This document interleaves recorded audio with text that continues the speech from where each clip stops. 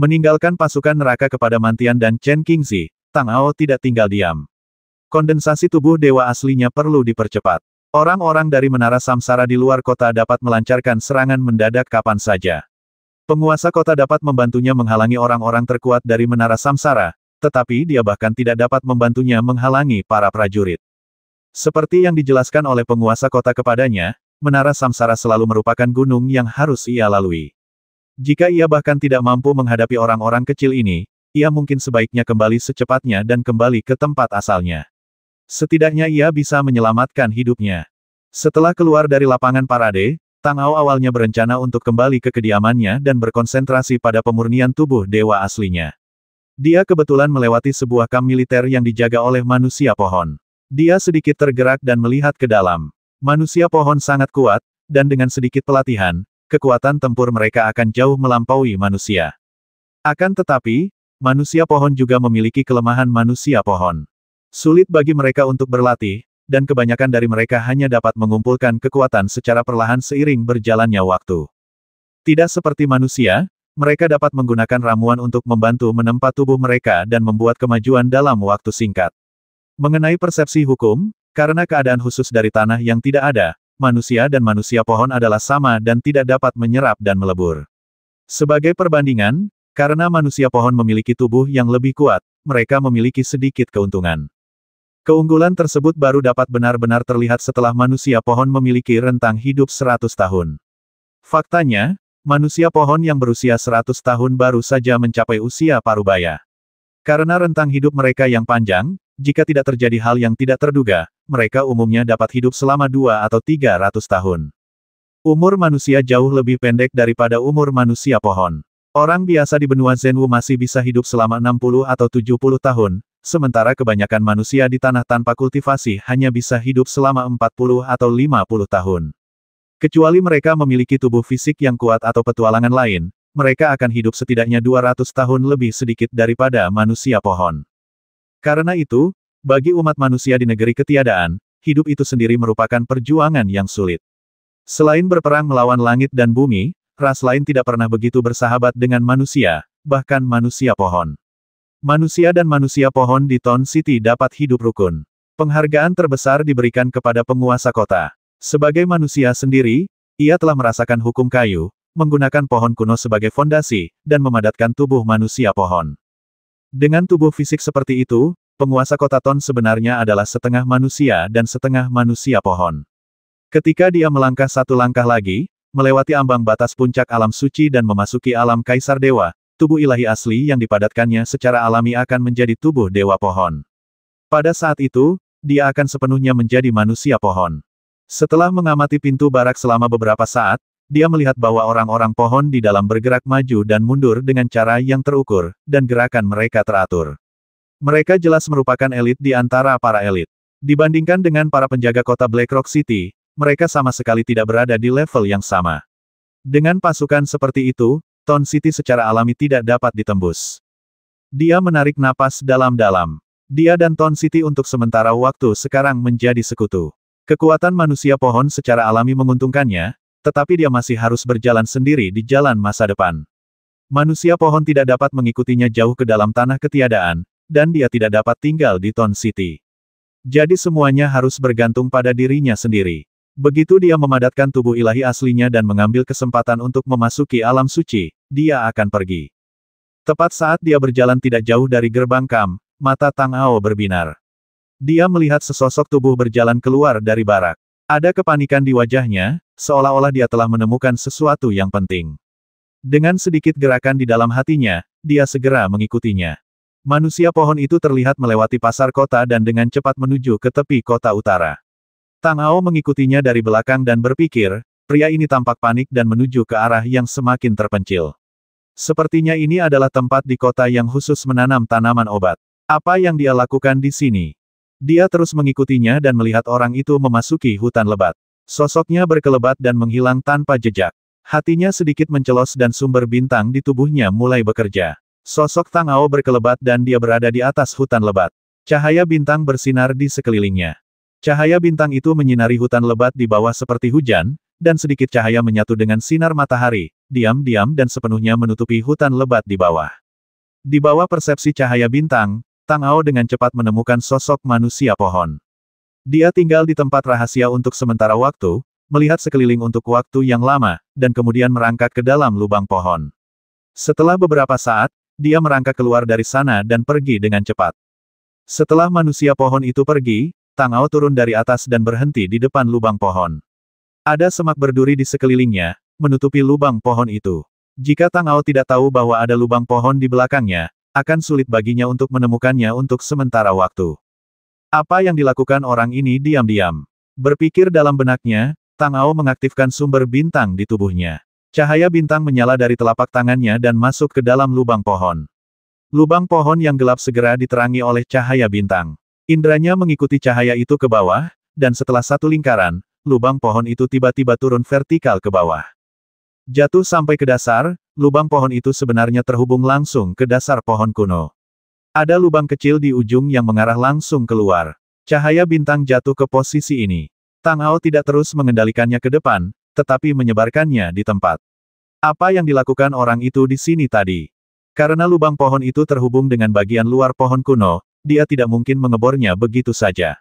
Dia pasti telah melepaskan sesuatu. Saat ini, satu-satunya yang bisa berada di luar kota Ton dan tidak terpengaruh oleh pasir kuning adalah pasukan Menara Samsara.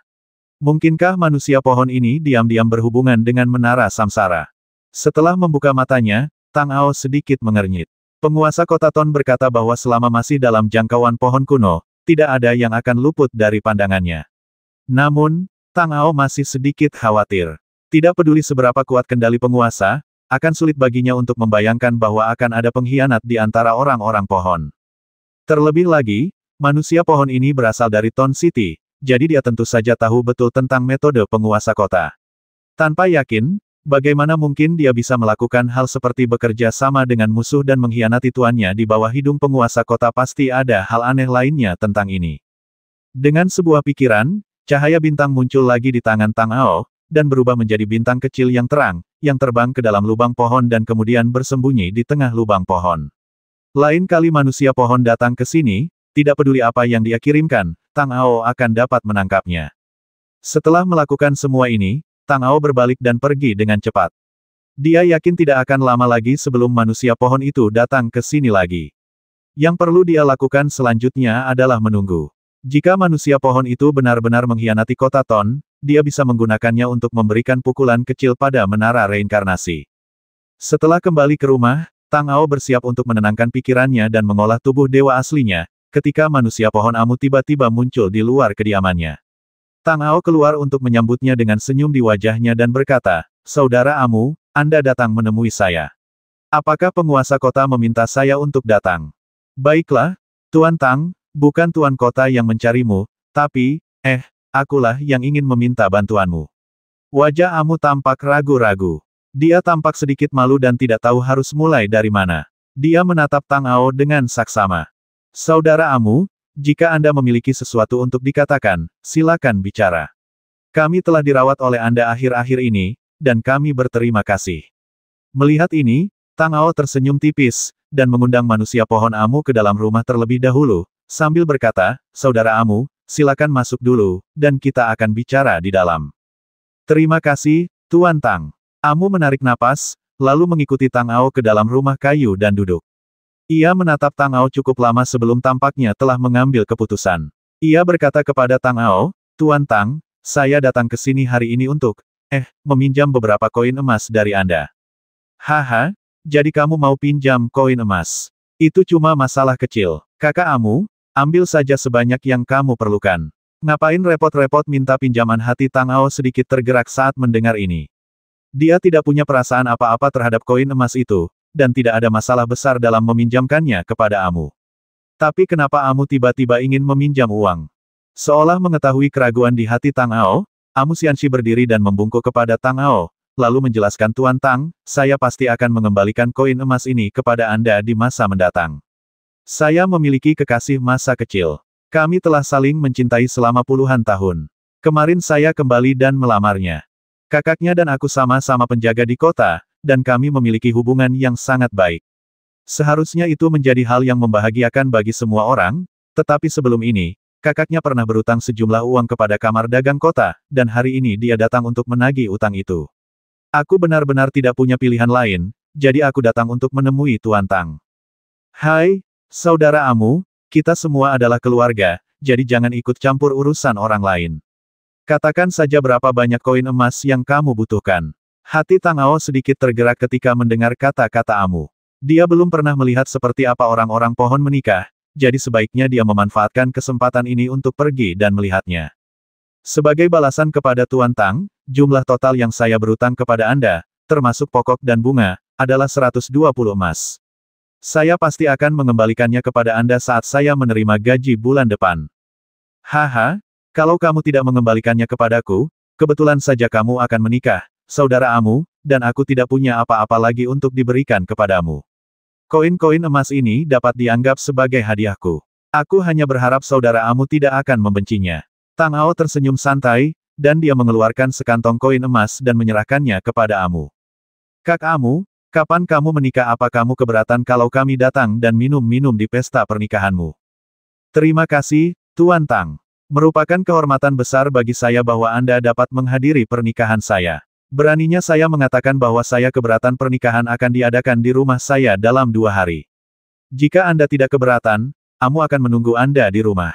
Amu mengambil koin emas itu, berdiri dan membungkuk dalam-dalam kepada Tang Ao. Kalau begitu, setuju. Kita semua akan datang dalam 2 hari. Aku punya banyak bawahan, dan mereka semua pecinta makanan. Jangan mengeluh karena kita makan terlalu banyak.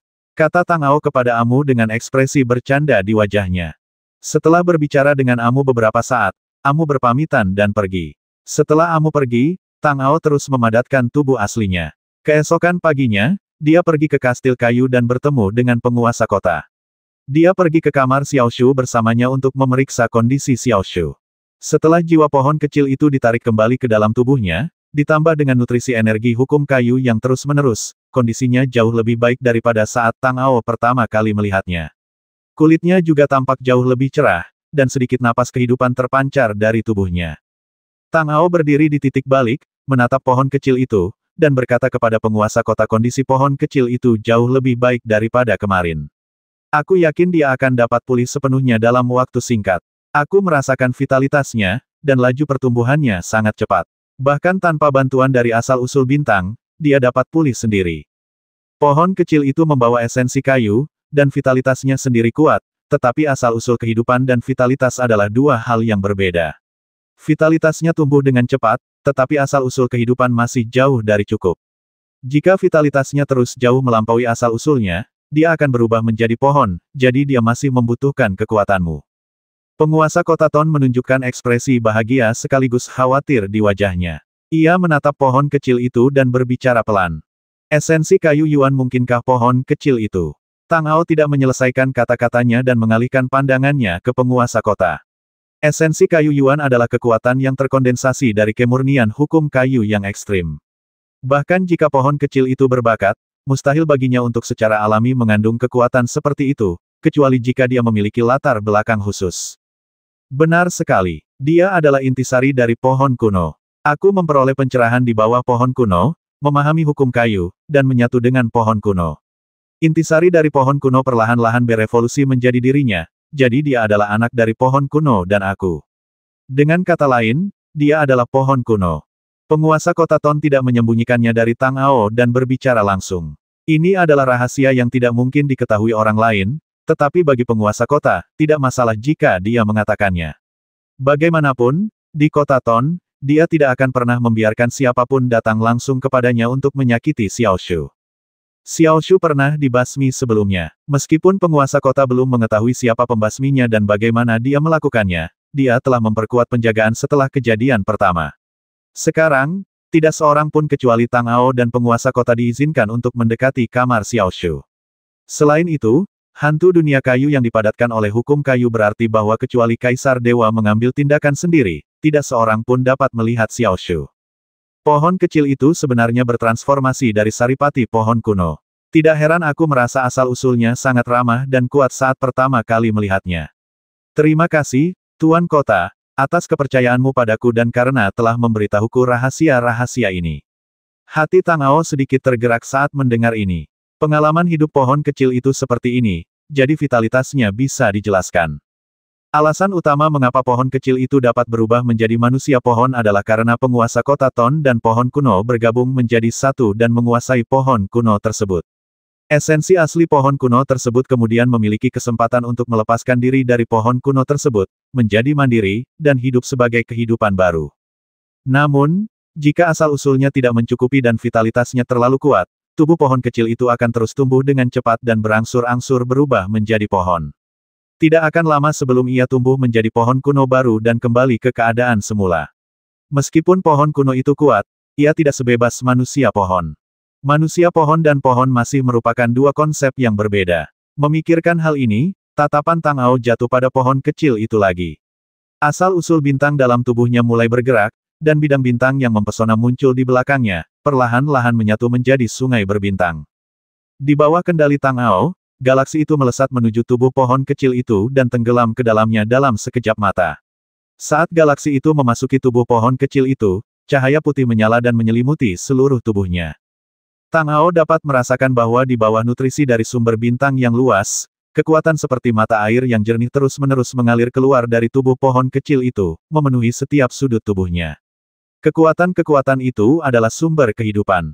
Merasakan sumber kehidupan di pohon kecil itu, hati Tang Ao sedikit tergerak.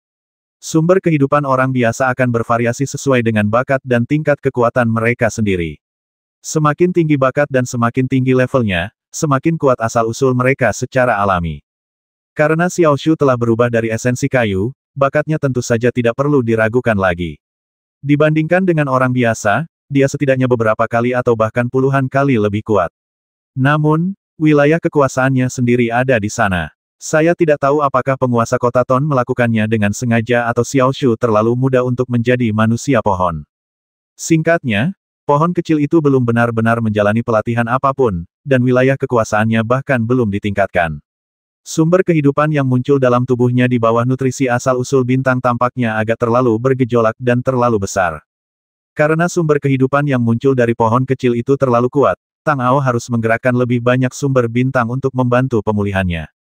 Tekanannya meningkat tajam secara alami.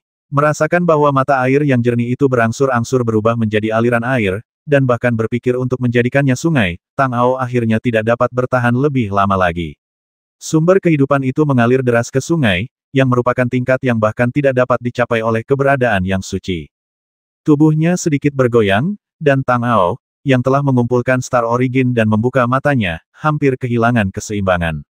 Penguasa kota Ton, yang telah memperhatikan situasinya dari samping, segera melambaikan tangannya, dan cahaya hijau zamrud melesat keluar dari tangannya, memegang Tang Ao, dan cahaya itu masuk ke tubuh Tang Ao. Merasakan energi hukum kayu dengan cepat memulihkan kekuatan fisik dan energi dalam tubuhnya, Tang Ao menghembuskan napas busuk, membungkuk kepada penguasa kota dan berkata terima kasih atas bantuanmu, penguasa kota, aku tidak akan menghalangi. Tidak apa-apa, kamu menghabiskan terlalu banyak energi untuk membantu pohon itu pulih. Hukum kayu kecilku tidak ada apa-apanya. Tuan kota ekonomi berkata dengan tenang, melirik pohon yang diselimuti cahaya putih, dan menoleh dan berkata, ayo keluar dulu dan biarkan dia pulih perlahan. Tang Ao mengangguk dan berkata, baiklah, lalu mengikuti penguasa kota keluar dari kamar Xiao Shu. Saat mereka berjalan, penguasa kota berkata kepada Tang Ao, kemarin, pasukan Menara Samsara telah mendirikan kemah di luar kota Ton dan mengatur formasi. Tampaknya mereka berencana untuk menunggu sampai pasir kuning berlalu sebelum melancarkan serangan umum.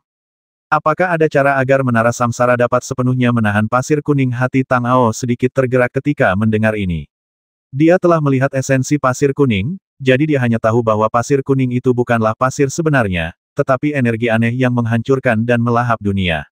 Selain kekuatan asal, Tang Ao tidak tahu bahwa ada kekuatan lain yang dapat menahan kekuatan ini, tetapi karena Menara Samsara dapat berkemah di luar, pasti ada cara untuk mengatasinya. Meskipun daya erosi pasir kuning kuat, selama ada hukum yang cukup besar untuk menekannya, efek pasir kuning akan kecil. Menara Samsara memiliki formasi khusus yang disebut 10 tautan jadi. Formasi ini dapat dilakukan oleh 10 makhluk yang mengolah hukum yang berbeda dan bekerja sama. Saat penguasa kota Ton berbicara, batang pohon kuno di bawah kaki mereka tiba-tiba tumbuh ke atas, membawa mereka ke puncak pohon kuno. Ia melanjutkan, 10 hukum digabungkan dengan cara khusus untuk membentuk area yang mirip dengan medan hukum, yang dapat menahan pasir kuning. Ada formasi seperti itu. Bukankah itu berarti selama ada 10 orang yang berlatih di Menara Samsara dan mereka menggunakan formasi ini, mereka akan dapat memiliki kekuatan seorang Kaisar Dewa? Tang Ao merasa ngeri ketika mendengar ini. 10 hukum yang digabungkan bersama dapat membentuk kekuatan seperti domain. Tampaknya agak terlalu menakutkan. Tentu saja tidak. Domain yang dibentuk oleh gabungan 10 formasi jadi secara alami tidak sekuat domain hukum. Kalau tidak, Menara Samsara pasti sudah menyapu langit sejak lama. Penguasa kota Ton melanjutkan dengan nada menghina dalam kata-katanya. Domain susunan sihir itu hanya membawa sebagian dari kekuatan domain hukum dan memiliki efek pertahanan tertentu. Itu tidak memiliki efek pada apapun di dalam domain, apalagi dapat dilepaskan dan ditarik kembali secara bebas seperti domain hukum. Anda dapat menganggapnya sebagai cangkang kura-kura khusus. Selain lebih keras, tempurung kura-kura tidak memiliki fungsi lain. Selama kekuatan seranganmu cukup kuat, kamu dapat menghancurkannya. Dan orang yang mengatur formasi tidak dapat meninggalkan pusat formasi saat formasi telah selesai. Dia harus selalu mengikuti operasi hukum bantal. Sebenarnya, itu hanya hukum mengorbankan 10 orang untuk membangun formasi pertahanan yang sulit ditembus dari luar. Formasi ini bagus untuk mempertahankan kota, tetapi jika itu adalah pihak penyerang utama, itu tidak berguna. Mendengar ini, Tang Ao akhirnya menghela napas lega. Selama 10 jadi berturut-turut ini tidak memiliki kekuatan penghancur yang mengerikan dari domain hukum, bahkan jika mereka dikerahkan dan mendirikan kamp di luar kota, itu hanya masalah kecil, dan ancaman terhadap kota Ton akan minimal. Karena mereka telah membentuk formasi dan berkemah di luar kota, itu berarti pasukan mereka tidak dapat mengandalkan kekuatan mereka sendiri untuk melawan pasir kuning. Pasukan Menara Samsara disebut Departemen Penghakiman Samsara, dan mereka semua mengenakan armor Samsara, yang memiliki rune hukum terukir di atasnya dan dapat melawan pasir kuning. Penguasa kota Ton berkata dengan tenang, menoleh ke arah Tang Ao dan melanjutkan, jika pasukan Biro Penghakiman Samsara yang datang, mereka tidak perlu melakukan hal yang begitu jauh.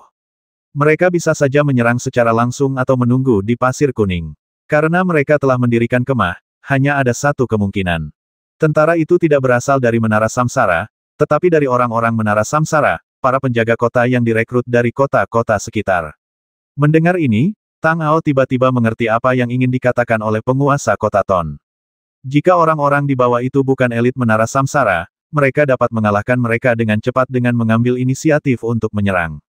Dipimpin oleh orang-orang dari Menara Samsara dan ditempatkan di luar kota Ton, mereka dapat memblokir semua jalan masuk dan keluar kota Ton.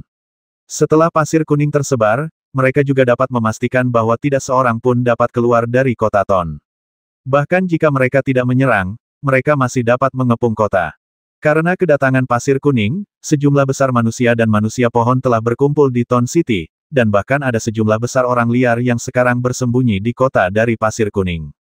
Setelah periode 3 bulan berakhir, menurut rencana, orang-orang ini akan pergi ke arah yang seharusnya mereka tuju. Semua perlengkapan bertahan hidup yang terkumpul di kota disiapkan sesuai tenggat waktu 3 bulan, dan dapat bertahan paling lama setengah tahun. Jika orang-orang ini tidak dapat keluar, maka paling lama dalam setengah tahun, seluruh Ton City akan menghadapi ancaman kelaparan, dan hanya butuh beberapa hari bagi kota untuk jatuh ke dalam kekacauan. Dan ketika pasir kuning itu menghilang, orang-orang di luar Menara Samsara akan dapat mengumpulkan lebih banyak pasukan dari sekitarnya dan mengepungnya. Bahkan kekuatan Menara Samsara yang sebenarnya, pasukan dari Departemen Penghakiman Samsara akan dapat tiba dengan lancar. Pada saat itu, akan lebih sulit untuk keluar. Oleh karena itu, pendekatan terbaik mereka saat ini adalah menghancurkan formasi musuh sebelum mereka dapat membentuk pasukan pengepungan penuh dan mendapatkan pijakan, atau lebih baik lagi, mengusir mereka. Selama mereka dapat membubarkan gelombang pertama pasukan pengepungan, mereka dapat menghancurkan niat mereka. Pada saat itu, kita hanya perlu mengirim kelompok-kelompok kecil untuk mengganggu mereka terus-menerus, dan mereka tidak akan dapat membangun kembali garis pertahanan mereka. Memikirkan hal ini, Tang Ao berbalik dan berkata kepada penguasa kota. Tang Ao bersedia memimpin orang-orang untuk menyerang dan membasmi mereka terlebih dahulu, menguji kekuatan mereka, dan kemudian membuat persiapan. Jangan khawatir, meskipun formasi mereka sudah terbentuk, makanan dan rumput mereka masih tertinggal. Tunggu sampai makanan dan rumput mereka memasuki wilayah Ton City, barulah Anda bisa memimpin orang-orang untuk menyerang pasukan pengangkut mereka dan memotong makanan dan rumput mereka. Dengan cara ini, Anda tidak perlu melawan orang-orang secara langsung. Penguasa kota Ton melambaikan tangannya sedikit dan melanjutkan, meskipun cangkang kura-kura tidak terlalu keras, tidak mudah untuk memecahkannya. Tidak perlu membayar harga lebih untuk memecahkannya. Kamu tidak memiliki banyak prajurit, dan tidak banyak manusia pohon di kota ini. Akan ada pertempuran besar nanti. Berapa lama waktu yang dibutuhkan pasukan lanjutan yang mengangkut makanan dan pakan ternak untuk tiba? Tang Ao berpikir sejenak setelah mendengar ini. Ide penguasa kota memang benar. Jika dia membawa orang keluar sekarang, meskipun dia memiliki tingkat keyakinan tertentu bahwa dia dapat menghancurkan formasi di depan, kerugiannya pasti akan sangat besar. Selain itu, bahkan jika mereka menghancurkannya sekali, yang lain dapat sepenuhnya mengatur ulang formasi baru setelah mereka pergi, yang setara dengan menderita banyak korban dan membuang-buang waktu lawan. Bagi orang-orang di Menara Reinkarnasi, mereka punya banyak waktu sekarang dan tidak peduli. Namun, jika persediaan makanan mereka terputus, dan mereka terjebak di pasir kuning tanpa makanan, pasukan itu tidak akan dapat bertahan lama di sana. Begitu persediaan makanan mereka habis, mereka harus mundur, kecuali jika mereka ingin mati kelaparan di pasir kuning. Beginilah cara mereka dapat mengalahkan musuh tanpa harus berperang. Akan memakan waktu 2 atau 3 hari. Aku akan memberitahumu nanti, kata penguasa kota Ton dengan ringan, dan pohon kuno di bawah kakinya pun tenggelam. Setelah mereka turun ke bawah, penguasa kota Ton berkata kepada Tang Ao, ngomong-ngomong, bagaimana latihan anak buahmu? Para prajurit di tempat latihanku mengatakan bahwa kedua temanmu tampaknya agak kejam saat memimpin pasukan. Apakah kau ingin pergi dan melihatnya dalam hal latihan? Tergesa-gesa akan sia-sia.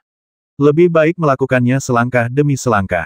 Terima kasih atas pengingatnya, Tuan Kota. Saya akan memperhatikannya. Tang Ao mengangguk sedikit, tetapi dia tahu dalam hatinya bahwa Mantian dan Chen Qingzi sama-sama menahan diri untuk mengalahkan satu sama lain, jadi intensitas pelatihannya tentu saja sangat tinggi.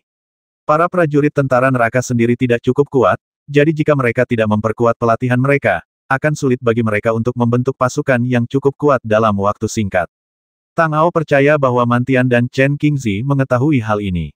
Baiklah, aku senang kau tahu. Jika tidak ada yang lain, kembalilah besok saja. Jika kau butuh bantuan, kau selalu bisa datang kepadaku, kata penguasa kota Ton, dan membawa Tang Ao turun ke bawah.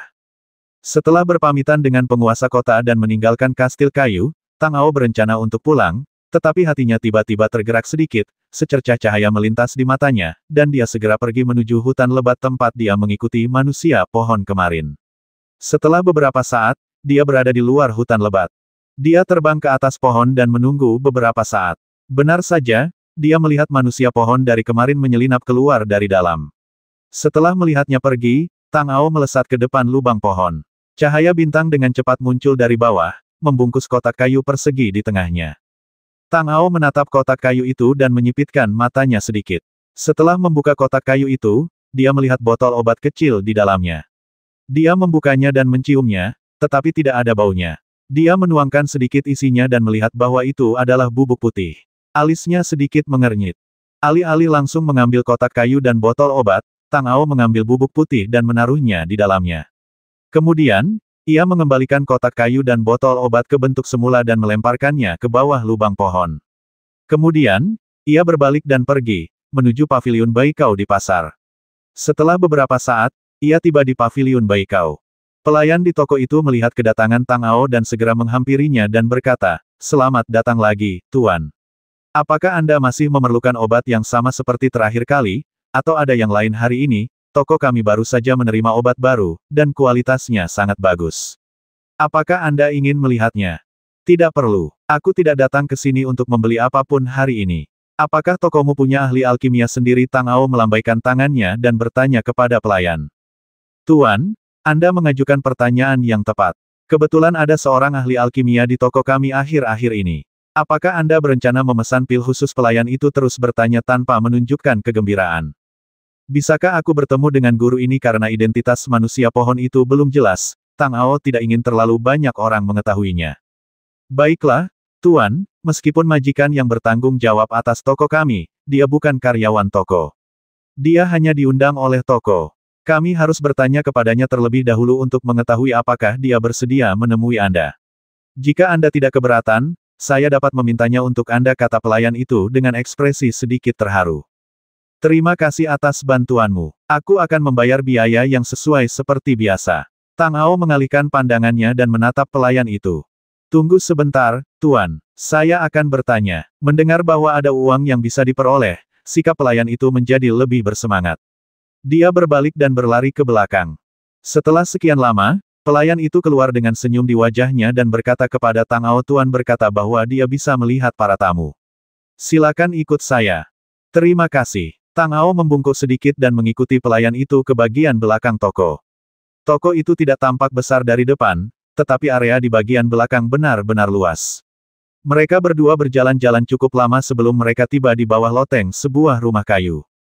Sesampainya di sana, pelayan itu berhenti dan berkata kepada Tang Ao, Tuan ada di loteng atas, Anda bisa langsung naik ke atas. Saya akan menunggu di bawah. Jika Anda butuh sesuatu, Anda bisa memanggil saya kapan saja. Baiklah, terima kasih, kata Tang Ao, lalu menaiki tangga kayu menuju loteng. Saat sampai di pintu, dia mengetuk pelan dan berkata, Senior, saya Tang Ao, Junior. Ada yang ingin saya tanyakan. Baiklah, masuklah. Suara samar terdengar dari loteng. Jantung Tang Ao sedikit berdebar, jadi dia mendorong pintu hingga terbuka dan masuk. Cahaya di loteng redup, dan dipenuhi aroma ramuan dan beberapa tanaman obat. Ada layar di dalam pintu, membagi loteng menjadi dua bagian, dan samar-samar terlihat ada sosok yang bergerak di dalam. Jika ada yang ingin kau katakan, katakan saja di sini. Suara dingin sang alkemis terdengar dari balik layar. Senior, saya punya bubuk obat di tangan saya. Saya tidak tahu apa fungsinya dan apa efeknya, jadi saya ingin meminta saran Anda. Jantung Tang Ao bergerak sedikit, dan sedikit cahaya bintang muncul dari tangannya, melayang ke dalam di sepanjang tanah tanpa mengeluarkan suara apapun, sambil berbicara. Bubuk obat apa jangan bawa semuanya padaku. Aku tidak punya banyak waktu. Setelah mendengar perkataan Tang Ao, terdengar suara tidak sabar dari dalam, apa ada yang ingin kau katakan kalau tidak, cepat pergi. Aku tidak tahu untuk apa. Tanyakan saja pada orang yang membuat benda ini. Senior, karena aku tidak dapat bertanya kepada orang yang memurnikan bubuk obat ini, aku datang untuk meminta saran kepadamu. Silakan lihat dulu. Tang Ao menyipitkan matanya sedikit. Cahaya bintang telah masuk ke balik layar. Setelah melihatnya, dia mendapati bahwa orang yang berdiri di dalam tampak sedikit aneh. Sudah kubilang jangan nonton lagi, ayo pergi. Lelaki di dalam tampak tidak sabar dan berteriak keras. Ekspresi Tang Ao berubah, dan cahaya bintang yang dikendalikannya tiba-tiba berubah. Cahaya terang langsung menyala di dalam, lalu terdengar teriakan dari dalam. Dengan sekejap, Tang Ao langsung menembus layar dan masuk ke dalam, sambil berkata di udara. Senior, apa yang terjadi? Apakah kamu baik-baik saja? Saat Tang Ao berbicara, dia melihat ke arah pria itu. Aku melihat seorang manusia pohon bertubuh pendek dan gemuk duduk di tanah dengan ekspresi ketakutan di wajahnya. Dia jelas ketakutan oleh cahaya putih tadi. Ketika dia melihat Tang Ao masuk, ekspresinya tiba-tiba berubah dan wajahnya menjadi gelap. Dia berkata, siapa yang mengizinkanmu masuk? Apakah ini tempat yang bisa kamu datangi? Keluar sekarang. Tang Ao menyipitkan matanya sedikit, menatap manusia pohon pendek itu dan berkata, Senior, kurasa sebaiknya kita mengobrol baik-baik. Kalau tidak, aku tidak bisa menjamin bahwa aku tidak akan mengatakan omong kosong apapun setelah aku keluar. Aku tidak tahu apa yang akan dipikirkan orang-orang di paviliun Baikau jika mereka tahu bahwa guru yang mereka sembah seperti ini. Bagaimana menurutmu, Senior? Kau berani mengancamku? Kata manusia pohon kurcaci itu dengan ekspresi muram ketika mendengar ini. Sambil mencibir, Tang Ao berjalan acuh tak acuh ke depan manusia pohon pendek itu. Melihat wajahnya, ekspresinya tiba-tiba berubah, dan jejak ketakutan melintas di matanya. Dia berteriak dengan mendesak, kamu, apa yang ingin kamu lakukan? Aku katakan padamu, aku. Haha, kau adalah ahli alkimia yang disembah oleh paviliun Baikau. Paviliun Baikau berakar kuat di kota Ton dan memiliki kekuatan besar. Jika aku menyinggungmu, paviliun Baikau tidak akan membiarkanku pergi, dan aku tidak bisa tinggal di kota Ton selama sehari. Apakah ini yang ingin kau katakan? Tang Ao berkata sambil tersenyum pada manusia pohon pendek itu. Kau bilang kau, manusia pohon tanpa danki, berani berpura-pura menjadi ahli alkimia. Apa kau tidak takut paviliun Baikau akan mengetahuinya dan memotongmu menjadi 5 bagian dan menanamnya di luar paviliun Baikau sebagai pohon muda? Aku sangat penasaran, bagaimana kau bisa lolos begitu saja? Bukankah paviliun Baikau sudah memeriksanya? Tentu saja aku masuk berdasarkan kemampuanku sendiri, tidak seperti orang-orang yang tidak kompeten itu. Tunggu, itu tidak benar, bagaimana kau tahu, apakah kau juga? Pria pohon pendek itu berkata, dan tiba-tiba bereaksi, menatap Tang Ao dengan ketidakpercayaan di matanya. Kau tidak perlu menebak, aku bukan seorang alkemis. Namun, siapa bilang hanya alkemis yang bisa merasakan keberadaan energi ramuan? Tang Ao tersenyum. Ia duduk di kursi rotan di ruangan itu, menyipitkan mata ke arah manusia pohon kecil yang tidak jujur itu dan melanjutkan. Katakan padaku, bagaimana caramu melakukannya dan, apakah kamu memiliki kemampuan untuk membantuku mengidentifikasinya? Aku menyarankanmu untuk mengatakan yang sebenarnya. Jika kamu berbohong, haha, aku yakin kamu dapat menipu Paviliun Baikau, tetapi kamu tentu tidak dapat menipuku. Saat berbicara, Tang Ao mengangkat tangannya, dan cahaya bintang muncul di telapak tangannya. Dia menatap manusia pohon kurcaci dengan ekspresi main-main di wajahnya. Maknanya sudah jelas. Manusia pohon kurcaci itu menatap cahaya bintang di tangannya, dan sedikit keterkejutan tiba-tiba muncul di matanya, dan tubuhnya tiba-tiba menyusut ke belakang. Ya, itu kamu. Ini adalah asal-usul bintang-bintang. Bagaimana ini mungkin di dunia ini? Bagaimana seseorang dapat berhasil mengolah kekuatan asal-usul? Bahkan monster-monster tua di Menara Samsara tidak dapat berhasil memadatkan kekuatan asal-usul. Mereka hanya dapat mengandalkan hukum. Siapa kamu? Hati Tang Ao sedikit tergerak ketika mendengar ini. Terlepas dari apapun, penglihatan manusia pohon pendek ini sangat bagus. Saat ini, tampaknya hanya penguasa kota Ton yang dapat mengenali sekilas bahwa cahaya bintang di tangannya adalah asal mula bintang-bintang. Namun, orang macam apa penguasa kota Ton itu? Dia berada di puncak alam suci. Hanya orang yang telah memadatkan bayangan domain hukum dan dapat mengerahkan kekuatan dunia pohon dan sangat dekat dengan alam kaisar dewa yang dapat melihat esensi kekuatan di tangannya. Manusia pohon pendek ini hanyalah manusia pohon biasa, dan aura di tubuhnya tidak sekuat para penjaga manusia pohon di kota. Bagaimana dia melihatnya? Oh, penglihatanmu cukup bagus. Layak sekali aku mengampuni nyawamu. Karena kau tahu bahwa ini adalah kekuatan asal mula bintang, aku tidak perlu mengatakan apapun lagi. Katakan yang sebenarnya. Aku tidak tertarik dengan urusanmu. Aku hanya ingin tahu apa yang ingin ku ketahui. Dengan ekspresi tenang di wajahnya, Tang Ao berbicara dengan ringan, dan cahaya bintang bersinar, menutupi seluruh ruangan dan mengisolasi ruangan tersebut. Saya memang ahli dalam alkimia, tetapi ada yang salah saat saya memurnikan ramuan itu. Saya kehilangan semua energi ramuan itu, bahkan api ramuan itu, dan keadaannya menjadi mengerikan seperti sekarang. Paviliun Baikau telah bekerja sama dengan saya berkali-kali sebelumnya, jadi bukan berarti saya menipu mereka, mereka melakukannya dengan sukarela. Cahaya aneh melintas di mata manusia pohon pendek itu. Ia menatap Tang Ao dan tiba-tiba menjadi jujur. Ia berkata dengan ekspresi sedih. Meskipun sekarang saya tidak bisa membuat pil, pengalaman dan kemampuan saya masih ada. Saya hanya perlu melihat benda-benda biasa untuk mengetahui benda apa saja itu. Benda dalam botol obat Anda bukanlah bubuk. Dari apa yang saya lihat, benda itu lebih seperti racun yang sangat khusus. Racun? Kau bahkan belum melihatnya, tapi kau bisa menilai bahwa benda ini adalah racun. Tang Ao menyipitkan matanya sedikit. Bukannya dia tidak percaya apa yang dikatakan manusia pohon kurcaci itu, tetapi botol obat itu belum dibuka. Dia hanya mengatakan bahwa itu adalah bubuk putih. Ada begitu banyak bubuk putih di dunia, bagaimana dia bisa tahu? Aku tidak berbohong padamu. Penilaianku memang berdasarkan kesimpulan. Kau yang membawa benda ini kepadaku. Jelas, zat di dalamnya jelas bukan bubuk biasa. Jika memang bubuk biasa, kau tidak perlu membuang-buang semua usaha ini. Bubuk obat mungkin hanya memiliki dua fungsi: menghentikan pendarahan dan menyembuhkan luka, atau memperkuat otot dan tulang. Si manusia pohon pendek bangkit dari tanah, berbalik dan mengobrak-abrik lemari di belakangnya sambil berbicara, menemukan dua botol obat, dan melanjutkan. Contohnya, botol ini disebut serbuk pembekuan darah. Kebanyakan pedagang selalu memiliki ini. Ketika mereka berbisnis dan mengangkut barang di padang pasir, mereka seringkali berhadapan dengan binatang buas di padang pasir, begitu pula pencuri kuda. Ketika pengawal mereka berkelahi, mereka pasti akan terluka dan berdarah. Benda ini dapat menghentikan pendarahan dengan cepat. Botol ini adalah kebalikan dari bubuk pembekuan darah. Namanya adalah bubuk pengaktif darah. Setelah diminum oleh orang biasa, bubuk ini dapat mempercepat sirkulasi darah dalam tubuh dan dengan mudah mencapai tingkat darah mendidih. Bubuk ini berguna baik untuk meningkatkan kekuatan fisik secara instan dalam pertempuran maupun untuk menenangkan tubuh dalam kehidupan sehari-hari. Sambil berbicara, manusia pohon pendek itu menyerahkan 2 botol obat di tangannya kepada Tang Ao, lalu melanjutkan tuang kedua jenis bubuk ini dan lihat apa persamaannya dan apa perbedaannya dengan bubuk di tanganmu.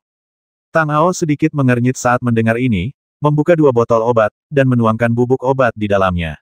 Bau obat yang menyengat langsung tercium, dan pada saat yang sama, ada juga bau amis samar. Dengan sekejap matanya, dia berkata, bubuk-bubuk ini memiliki bau yang sangat kuat. Benar sekali. Bagi kami para alkemis, bau obat seperti ini sangat sensitif.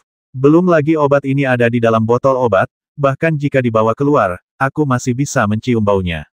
Bubuk obat ini sudah dikembangkan, tidak seperti ramuan, bubuk obat ini perlu dilunakkan dengan api ramuan, jadi baunya tidak akan pernah bisa hilang. Pria pohon pendek itu berkata sambil duduk di hadapan Tang Ao dan melanjutkan, hanya ada satu jenis bubuk obat di dunia yang tidak mengeluarkan bau apapun. Racun. Tang Ao sedikit kecewa. Meskipun ia sudah menduga sejak lama bahwa bubuk putih itu kemungkinan besar adalah racun, ia masih agak gugup saat memastikannya sekarang. Bubuk itu disebarkan di luar, tidak langsung dijatuhkan di Ton City. Apa gunanya? Itu bukan racun. Tepatnya, ini adalah serbuk kayu absolut, racun yang sangat aneh. Jika manusia biasa mengonsumsi racun ini, tubuh mereka akan cepat berubah menjadi kayu.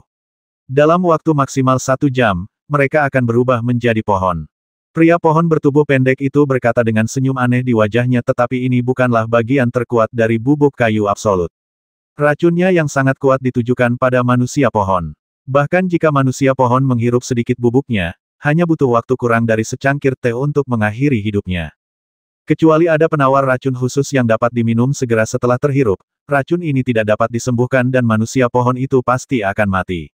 Benda ini juga memiliki fungsi lain. Setelah meracuni manusia pohon hingga mati, benda ini akan mengumpulkan saripati manusia pohon dalam waktu singkat dan menumbuhkan buah kayu.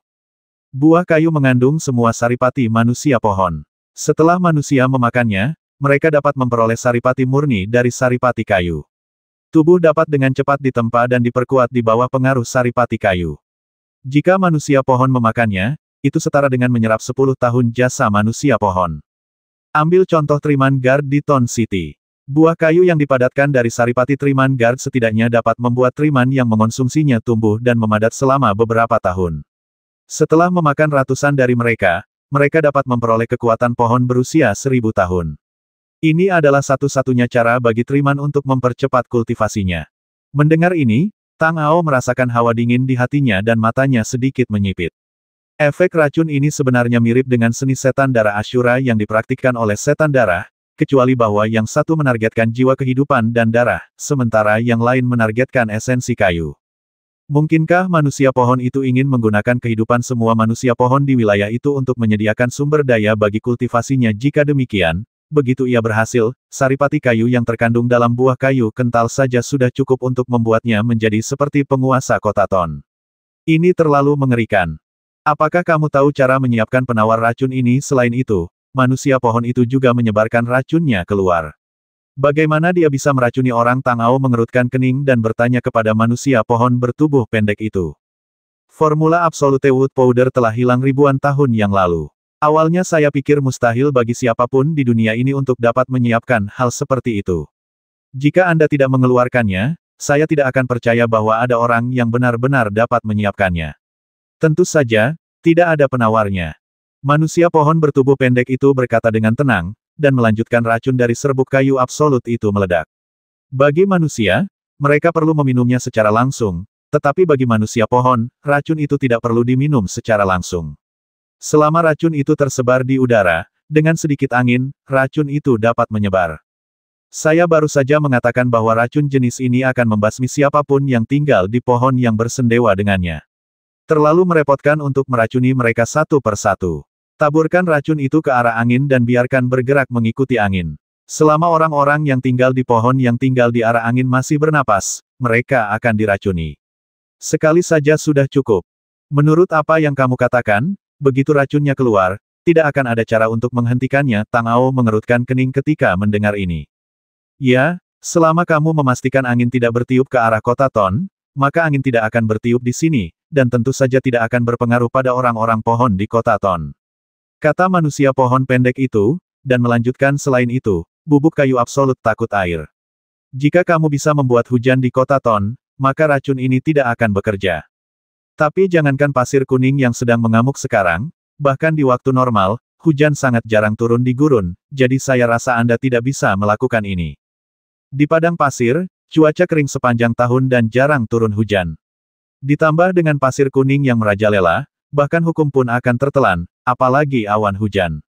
Secara alami tidak mungkin membuat kota Ton turun hujan lebat, tetapi racunnya sudah terlanjur dikirim, dan Tang Ao tidak punya pilihan lain. Kita harus menemui penguasa kota Ton secepatnya untuk membicarakan masalah ini. Memikirkan hal ini, Tang Ao segera berdiri, melirik manusia pohon kurcaci itu lagi, dan berkata dengan mata menyipit, aku khawatir aku harus merepotkanmu untuk ikut denganku. Aku tidak tahu sebanyak dirimu tentang bubuk kayu absolut. Kau harus pergi dan berbicara dengan penguasa kota secara langsung. Aku sudah menceritakan semua yang perlu kukatakan. Karena penguasa kota berpengetahuan luas, dia tentu tahu banyak tentang masalah serbuk kayu absolut. Aku tidak perlu pergi lagi, kan ekspresi pria pohon pendek itu berkelebat, dan cahaya licik di matanya dengan cepat menghilang, dan dia berkata dengan acuh tak acuh.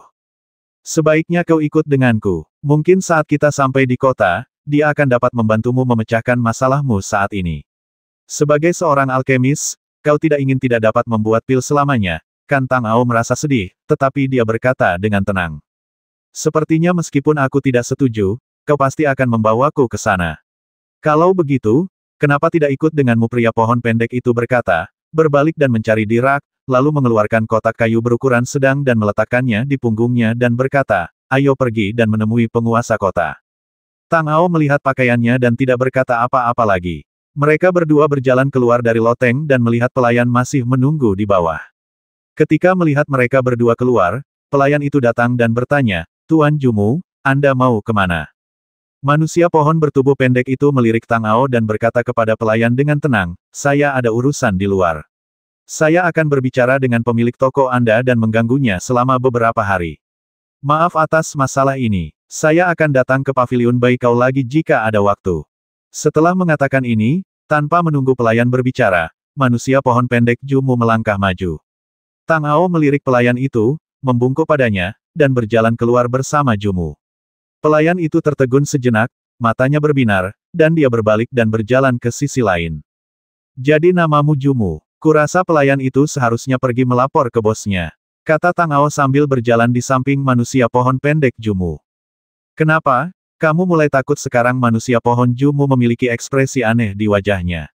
Dia melirik Tang Ao dan berkata dengan ringan. Aku tidak takut, aku hanya tidak ingin menimbulkan masalah yang tidak perlu, dan masalah bubuk Juemu belum diselidiki dengan jelas, aku tidak ingin mempublikasikannya dan membiarkan pihak lain waspada. Tang Ao berkata dengan tenang, dan meninggalkan paviliun Baikau bersama manusia pohon Jumu dan menuju ke kastil kayu. Ketika mereka tiba di luar kastil kayu, Tang Ao menghampiri penjaga di pintu dan berbicara kepadanya. Penjaga itu berbalik dan masuk ke dalam kastil untuk melapor. Setelah beberapa saat, dia keluar dan berkata kepada Tang Ao, Tuan Tang, penguasa kota sedang menunggu Anda di dalam. Anda dan Tuan ini bisa masuk. Tang Ao mengangguk pelan dan melangkah masuk. Jumu tertawa di sampingnya dan berkata, aku tidak menyangka kau memiliki status yang begitu tinggi di kota Ton. Tuan Tang, aku sudah tinggal di kota ini selama bertahun-tahun, tetapi ini pertama kalinya aku mendengar namamu. Haha, aku baru saja tiba di Ton City belum lama ini. Wajar saja kalau Master Jumu belum pernah mendengar tentangku. Tang Ao tersenyum tipis. Dia baru saja tiba dan telah diapresiasi oleh penguasa kota. Tampaknya Tuan Tang memang luar biasa. Manusia pohon Jumu berkata, dengan tatapan aneh di matanya, dan tiba-tiba berkata, saya mendengar bahwa putri penguasa kota, karena suatu alasan yang tidak diketahui, tidak memiliki esensi kehidupan dan telah koma selama bertahun-tahun. Dalam situasi seperti ini, secara umum, hanya dengan menggunakan kekuatan sumber yang sama untuk memicu kondensasi sumber kehidupannya, penyakitnya dapat disembuhkan. Tuan Tang, yang membawa sumber bintang, mungkinkah Tuan Tang, putri penguasa kota, masih menyelamatkannya? Guru memang berpengetahuan luas, itu benar. Tang Ao tidak menyembunyikan apapun dan berkata dengan ringan. Saat itu dia melihat sosok penguasa kota berduri berjalan turun dari batang pohon di lantai atas. Ekspresinya sedikit berubah, dan dia memberi hormat kepada penguasa kota berduri dan berkata, Tang Ao lancang datang dan mengganggu penguasa kota berduri. Mohon maafkan saya. Tidak masalah. Aku mendengar dari legenda bahwa kau punya sesuatu untuk dibicarakan denganku. Ada apa-apa kau dalam masalah penguasa kota Ton datang dan melirik manusia pohon Jumu di samping Tang Ao, lalu berkata kepada Tang Ao, orang ini terlihat sangat asing. Aku tidak tahu harus memanggilnya apa. Saya adalah sang alkemis Jumu, dan kehormatan bagi saya untuk bertemu dengan penguasa kota. Mendengar hal ini, manusia pohon Jumu segera membungkuk hormat. Jumuwah, sepertinya aku pernah mendengar namamu. Kau sudah banyak bekerja sama dengan Paviliun Baikau, kan? Setelah mendengar ini, penguasa kota Ton melirik Jumu dan berkata, saya sangat prihatin. Terima kasih atas perhatian Anda, Tuan Kota. Saya pernah bekerja sama dengan Paviliun Baikau untuk memurnikan pil sebelumnya. Manusia pohon Jumu berkata dengan hormat. Baiklah, Paviliun Baikau tidak buruk. Penguasa kota Ton mengangguk sedikit, lalu tatapannya jatuh pada Tang Ao lagi dan bertanya apakah kalian datang bersama. Tuan Kota, bolehkah aku bicara sebentar denganmu? Tang Ao melihat sekeliling dan mengedipkan mata pada Tuan Kota Ton. Baiklah, ikut aku. Penguasa kota Ton sedikit mengernyit saat mendengar ini. Tanpa banyak bicara, batang pohon di bawah kakinya tiba-tiba bergerak, dan dia menggendong mereka bertiga ke lantai 2. Saat mereka tiba di depan sebuah rumah kayu di lantai 2, lampu hijau menyala, dan pintu rumah kayu itu terbuka secara otomatis. Mengikuti Lord of Tons ke dalam rumah kayu, lampu hijau menyala, menutup sekelilingnya. Dia kemudian mendengar Tang Ao berkata, apa yang terjadi ini sangat misterius. Semua orang di kastilku adalah orang-orangku. Apa kau tidak percaya pada mereka? Untuk menjawab Tuan Kota, bukan berarti aku tidak percaya pada orang-orangmu, tetapi masalah ini sangat penting saat ini. Sebelum kita menyelidikinya dengan jelas, menurutku semakin sedikit orang yang mengetahuinya, semakin baik. Saat Tang Ao berbicara, dia mengeluarkan botol bubuk kayu absolut yang telah disiapkannya dan menyerahkannya kepada Tuan Kota, sambil berkata, silakan lihat apa ini, Tuan Kota.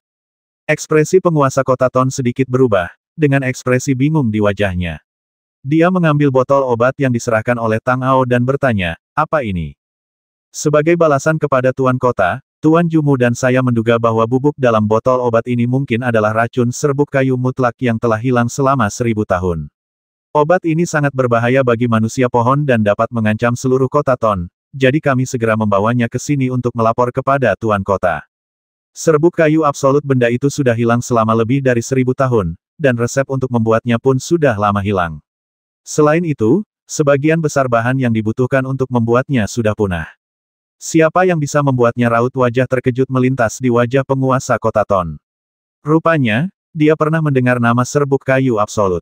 Tuanku, Tuan Kota, saya telah melihat bubuk obat ini. Tidak diragukan lagi itu adalah bubuk pembasmi kayu. Jika orang-orang pohon menyerapnya, itu pasti akan meracuni mereka sampai mati. Saya harap Tuan Kota dapat membuat keputusan lebih awal. Pada saat ini, manusia pohon Jumu berbicara. Penguasa kota Ton melirik Jumu, membuka botol obat, dan cahaya biru kehijauan menyala di tangannya. Nafas hukum kayu yang kuat terpancar dari cahaya hijau, lalu dia menuangkan bubuk putih dari botol obat. Begitu bubuk itu bersendewa dengan kekuatan hukum kayu, bubuk itu mengeluarkan bau yang menyengat, yang dengan cepat menghilang di bawah cahaya hijau. Pada saat yang sama, cahaya hijau itu berangsur-angsur meredup. Melihat pemandangan ini, wajah penguasa kota Ton tiba-tiba berubah. Cahaya hijau di tangannya bergetar, menghancurkan bubuk putih itu sepenuhnya. Di mana kau menemukan benda ini? Penguasa kota Ton bertanya dengan dingin, mengalihkan pandangannya ke ekspresi Tang Ao. Untuk menjawab pertanyaan Anda, Tuan, masalah ini harus dimulai dari saat pertama kali saya datang kepada Anda. Tang Ao berkata, dan menceritakan secara rinci bagaimana dia menemukan manusia pohon yang licik, bagaimana dia mengikutinya, dan akhirnya mengetahui bahwa dia telah mengirim bubuk mesiu ke luar kota. Penguasa kota Ton mendengarkan cerita Tang Ao, wajahnya menjadi semakin muram. Ketika Tang Ao selesai berbicara, wajahnya benar-benar dipenuhi amarah. Sebuah lampu hijau menyala di sekelilingnya, dan dia berkata dengan marah, bagaimana ini bisa tidak masuk akal? Sebagai manusia pohon, kamu berani mengkhianati kota Ton. Menurutmu siapa manusia pohon itu? Tuan Kota, tolong jangan marah. Saya rasa tidak mungkin manusia pohon ini sendirian membuat racun seperti itu. Pasti ada lebih banyak orang yang bersembunyi di belakangnya. Selain itu, mereka juga yang menyebarkan racun itu. Sekarang hanya ada orang-orang dari Menara Samsara di luar. Melihat bahwa penguasa kota Ton begitu marah, Tang Ao tahu bahwa manusia pohon memang punya cara untuk menghalangi persepsi penguasa, dan melanjutkan. Jadi menurutku masalah ini pasti ada hubungannya dengan Menara Samsara. Mungkin formula racun itu berasal dari orang-orang di Menara Samsara. Mereka ingin meracuni kota terlebih dahulu, lalu menyerang kota Ton dari dalam dan luar setelah orang-orang pohon di kota itu diracuni. Jika kita bertindak gegabah, kita mungkin akan membuat musuh waspada. Lagi pula, orang-orang di Menara Samsara sudah mendapatkan racunnya. Bahkan jika kita menangkap pengkhianat itu tidak akan berguna. Lalu apakah kamu punya ide bagus mendengar ini? Penguasa kota Ton menyipitkan matanya sedikit dan berkata kepada Tang Ao. Menurut pendapatku, kita harus memanfaatkan tipu daya mereka. Orang-orang dari Menara Samsara tidak akan pernah berpikir bahwa kita telah mengetahui konspirasi mereka. Dengan cara ini, kita berada dalam kegelapan dan mereka berada dalam terang. Mengapa tidak membiarkan mereka mengambil langkah pertama pada saat itu? Mereka pasti akan berpikir bahwa mereka telah menang. Tang Ao berpikir sejenak dan melanjutkan, kota ini berada di bawah kendali penguasa kota. Selama orang-orang dari Menara Samsara memasuki kota, tidak seorang pun akan bisa keluar. Kita akan melahap seluruh pasukan mereka sekaligus, dan kemudian kita bisa menangkap semua pengkhianat di kota Ton. Kedua, kita juga bisa memanfaatkan kesempatan ini untuk memberikan pukulan berat pada Menara Samsara. Akan jauh lebih mudah bagi kita untuk menghadapinya nanti. Baiklah, saranmu bagus, tetapi serbuk kayu absolut sangat beracun, terutama terhadap manusia pohon. Bahkan lebih kuat lagi, jika kita membiarkan mereka meracuni manusia pohon di kota, bagaimana mereka bisa melawan penguasa kota Ton? Mengangguk sedikit ketika mendengar ini, tetapi masih ada sedikit keraguan dalam ekspresinya. Justru karena jika orang-orang pohon itu sudah diracuni oleh bubuk kayu absolut, mereka pasti akan mati, maka penguasa kota tidak berani menggunakan orang-orang pohon di kota itu untuk menguji racun itu pada diri mereka sendiri, kecuali dia bisa menjamin bahwa mereka tidak akan diracuni, atau jika mereka memang diracuni, ada penawar racun yang bisa mendetoksifikasi mereka tepat waktu, sehingga bisa mencapai efek yang dikatakan Tang Ao.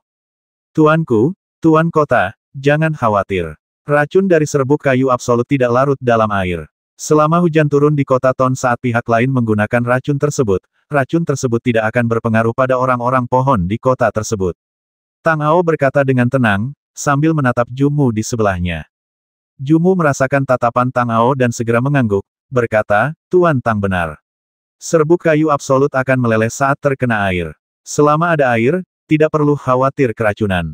Bahkan, tidak perlu turun hujan sepanjang waktu. Cukup dengan memastikan turunnya hujan di tempat yang ada orang-orang pohon. Tang Ao kemudian berkata, kita bisa mengumpulkan semua manusia pohon di kota terlebih dahulu, lalu turunkan hujan lebat. Setelah manusia pohon ini basah kuyup oleh hujan, mereka bisa keluar. Bahkan jika masih ada racun dari serbuk kayu absolut di tempat lain di kota ini, kita tidak perlu khawatir. Namun sebelum itu, kita harus menemukan semua pengkhianat terlebih dahulu. Hujan masih ada lebih dari 2 bulan lagi sebelum periode pasir kuning Maret. Sebelum pasir kuning surut, mustahil hujan turun di seluruh gurun. Di mana kita bisa menemukan begitu banyak air, kata penguasa kota Ton sambil mengerutkan kening. Air hujan itu sederhana, Tuan Kota, tolong lihat apa ini.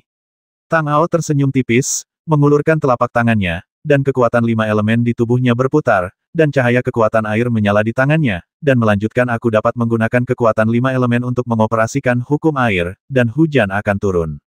Kau benar-benar telah mengolah 5 elemen. Ketika penguasa kota Ton melihat kekuatan air di tangan Tang Ao, ekspresi terkejut melintas di matanya, dan dia melanjutkan meskipun kau telah memadatkan kekuatan 5 elemen, tingkat kultivasi hukummu tidaklah cukup.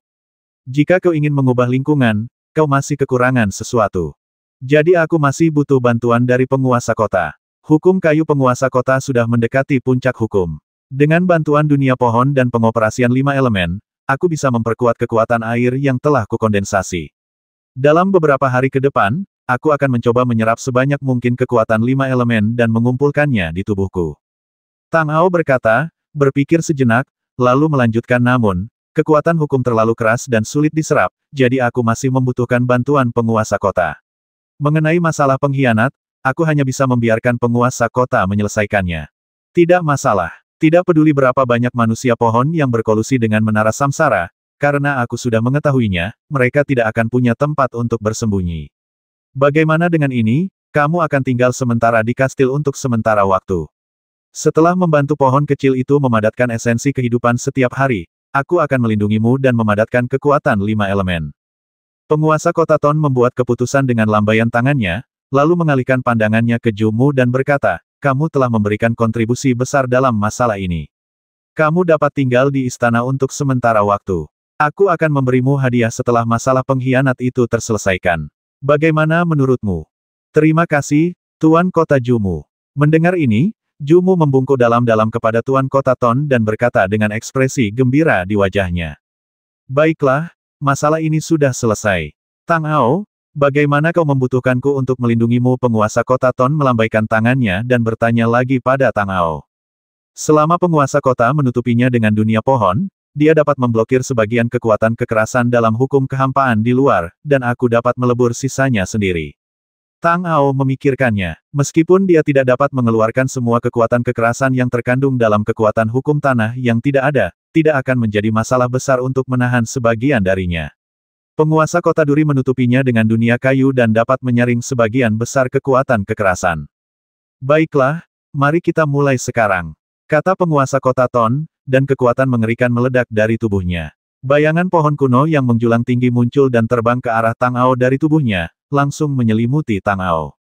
Saat bayangan pohon kuno menyelimuti dirinya, Tang Ao merasa seluruh tubuhnya diselimuti oleh vitalitas yang sangat kaya.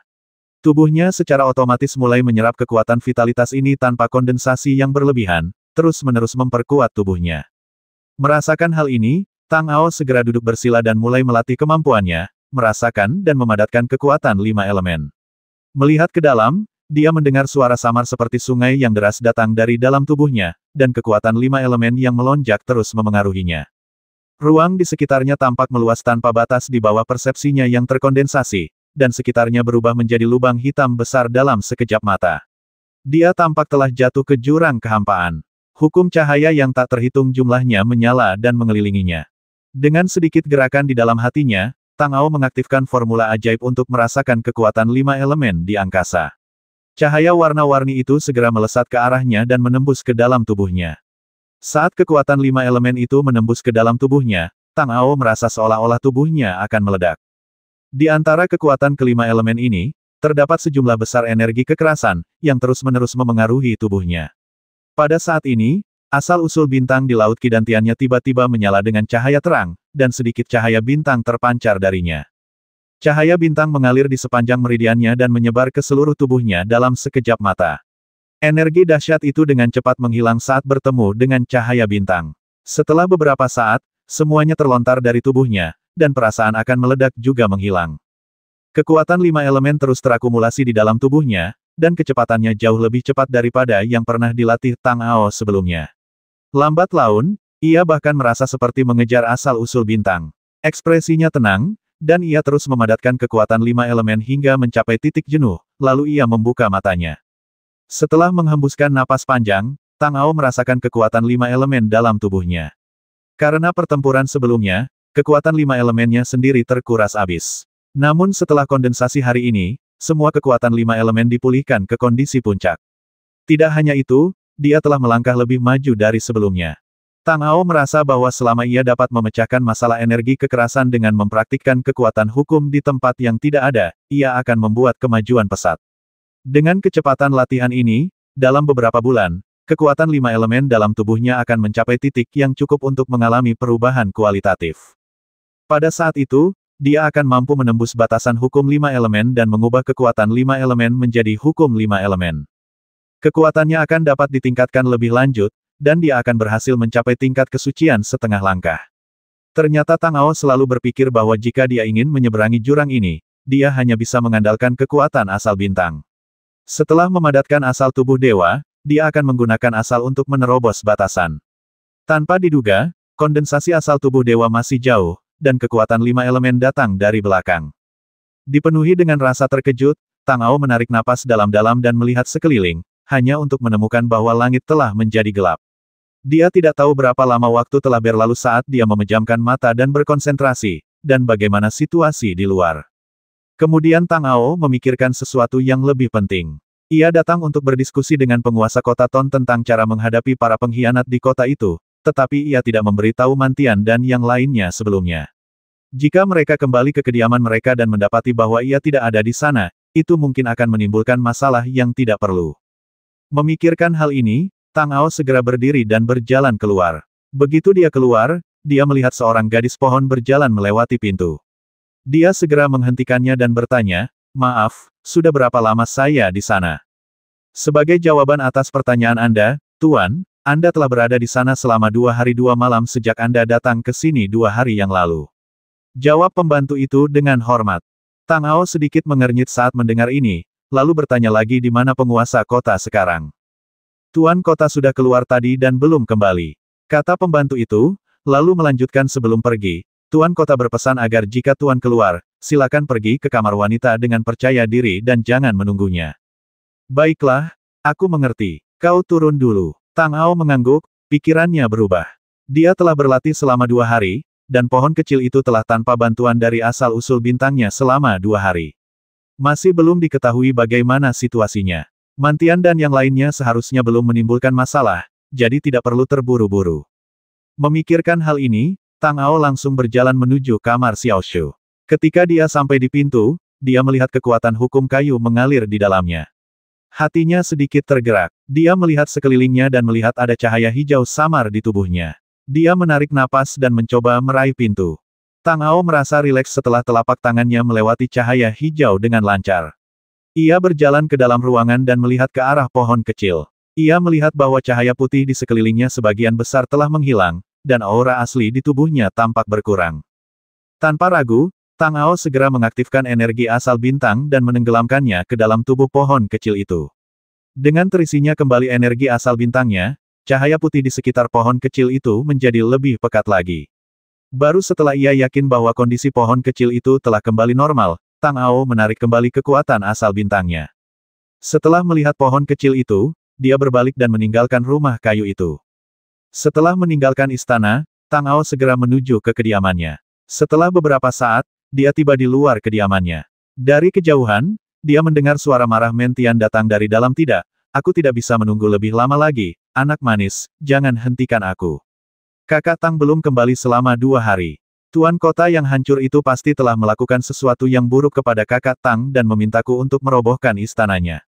"Manzi, kenapa kamu panik? Apakah menurutmu dengan kemampuan Tang Ao, penguasa kota bisa melakukan sesuatu padanya?" Secara diam-diam suara dingin Chen Qingzi terdengar, dan dari nadanya dapat terdengar bahwa meskipun dia mencoba menghentikan Mantian, dia juga memiliki beberapa keraguan di dalam hatinya.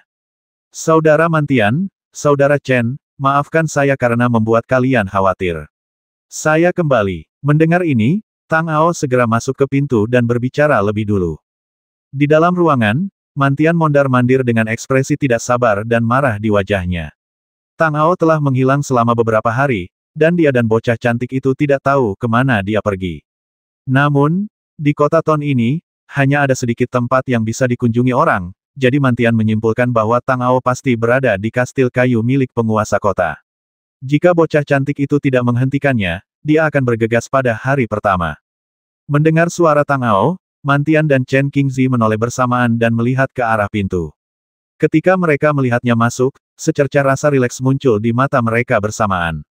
Mantian bahkan menghela napas panjang, segera berjalan mendekat, menatapnya dari atas ke bawah dan berkata, "Saudara Tang, kemana saja kamu selama 2 hari ini? Aku pikir penguasa kota orang pembawa sial itu diam-diam telah menyakitimu, jadi aku hampir saja bergegas. Maaf telah membuat saudara Mantian khawatir. Saya memang berada di kastil kayu selama 2 hari terakhir. Namun, penguasa kastil tidak ingin menyakiti saya. Saya pergi ke sana atas inisiatif saya sendiri. Karena keadaan darurat, saya benar-benar tidak punya waktu untuk menyapa Anda. Maaf, Saudara Chen." Tang Ao berkata, dan membungkuk kepada Chen Qingzi lagi. "Aku senang kamu baik-baik saja." Chen Qingzi berkata ringan dengan ekspresi dingin. Dia tampak tidak peduli, tetapi dia masih khawatir tentang Tang Ao di dalam hatinya. "Saya telah berlatih dengan penguasa kota selama 2 hari. Begitu selesai, saya bergegas kembali. Selain itu, ada satu hal yang perlu saya diskusikan dengan Anda terlebih dahulu." Tang Ao mengangguk sedikit kepada Chen Qingzi, melirik Mantian lagi, membawanya ke dalam rumah dan menutup pintu. Cahaya bintang ditebarkan di tangannya, menutupi seluruh ruangan. Melihat ini, Chen Qingzi dan Mantian sama-sama memiliki tatapan serius di mata mereka. Mereka saling memandang dan melihat keraguan di mata masing-masing. Mantian tidak sabar, jadi dia bertanya terlebih dahulu setelah cahaya bintang ditebarkan. Saudara Tang, apa yang terjadi? Apakah penguasa kota mengetahui sesuatu dan ingin menyerang kita? Itu tidak benar, Saudara Mantian. Tang Ao menggelengkan kepalanya, menarik napas, lalu berkata, beberapa orang pohon di kota itu telah berkolusi dengan menara samsara dan mencoba meracuni orang-orang pohon lainnya. Mereka ingin meracuni semua orang pohon di kota itu sampai mati, lalu bergabung dengan orang-orang di menara samsara untuk menyerang kota Duri. Manusia pohon apa hubungannya dengan kita? Biarkan saja mereka bertarung satu sama lain.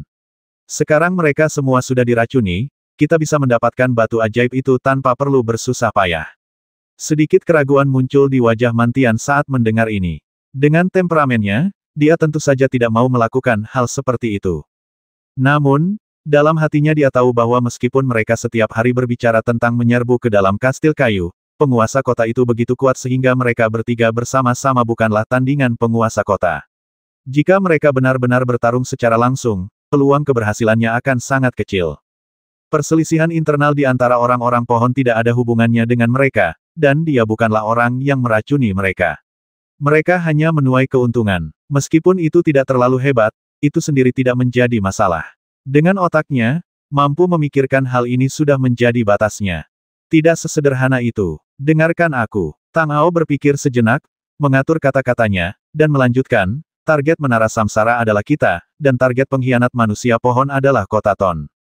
Jika rencana mereka berhasil, kita tidak akan bisa meninggalkan kota Ton dengan lancar.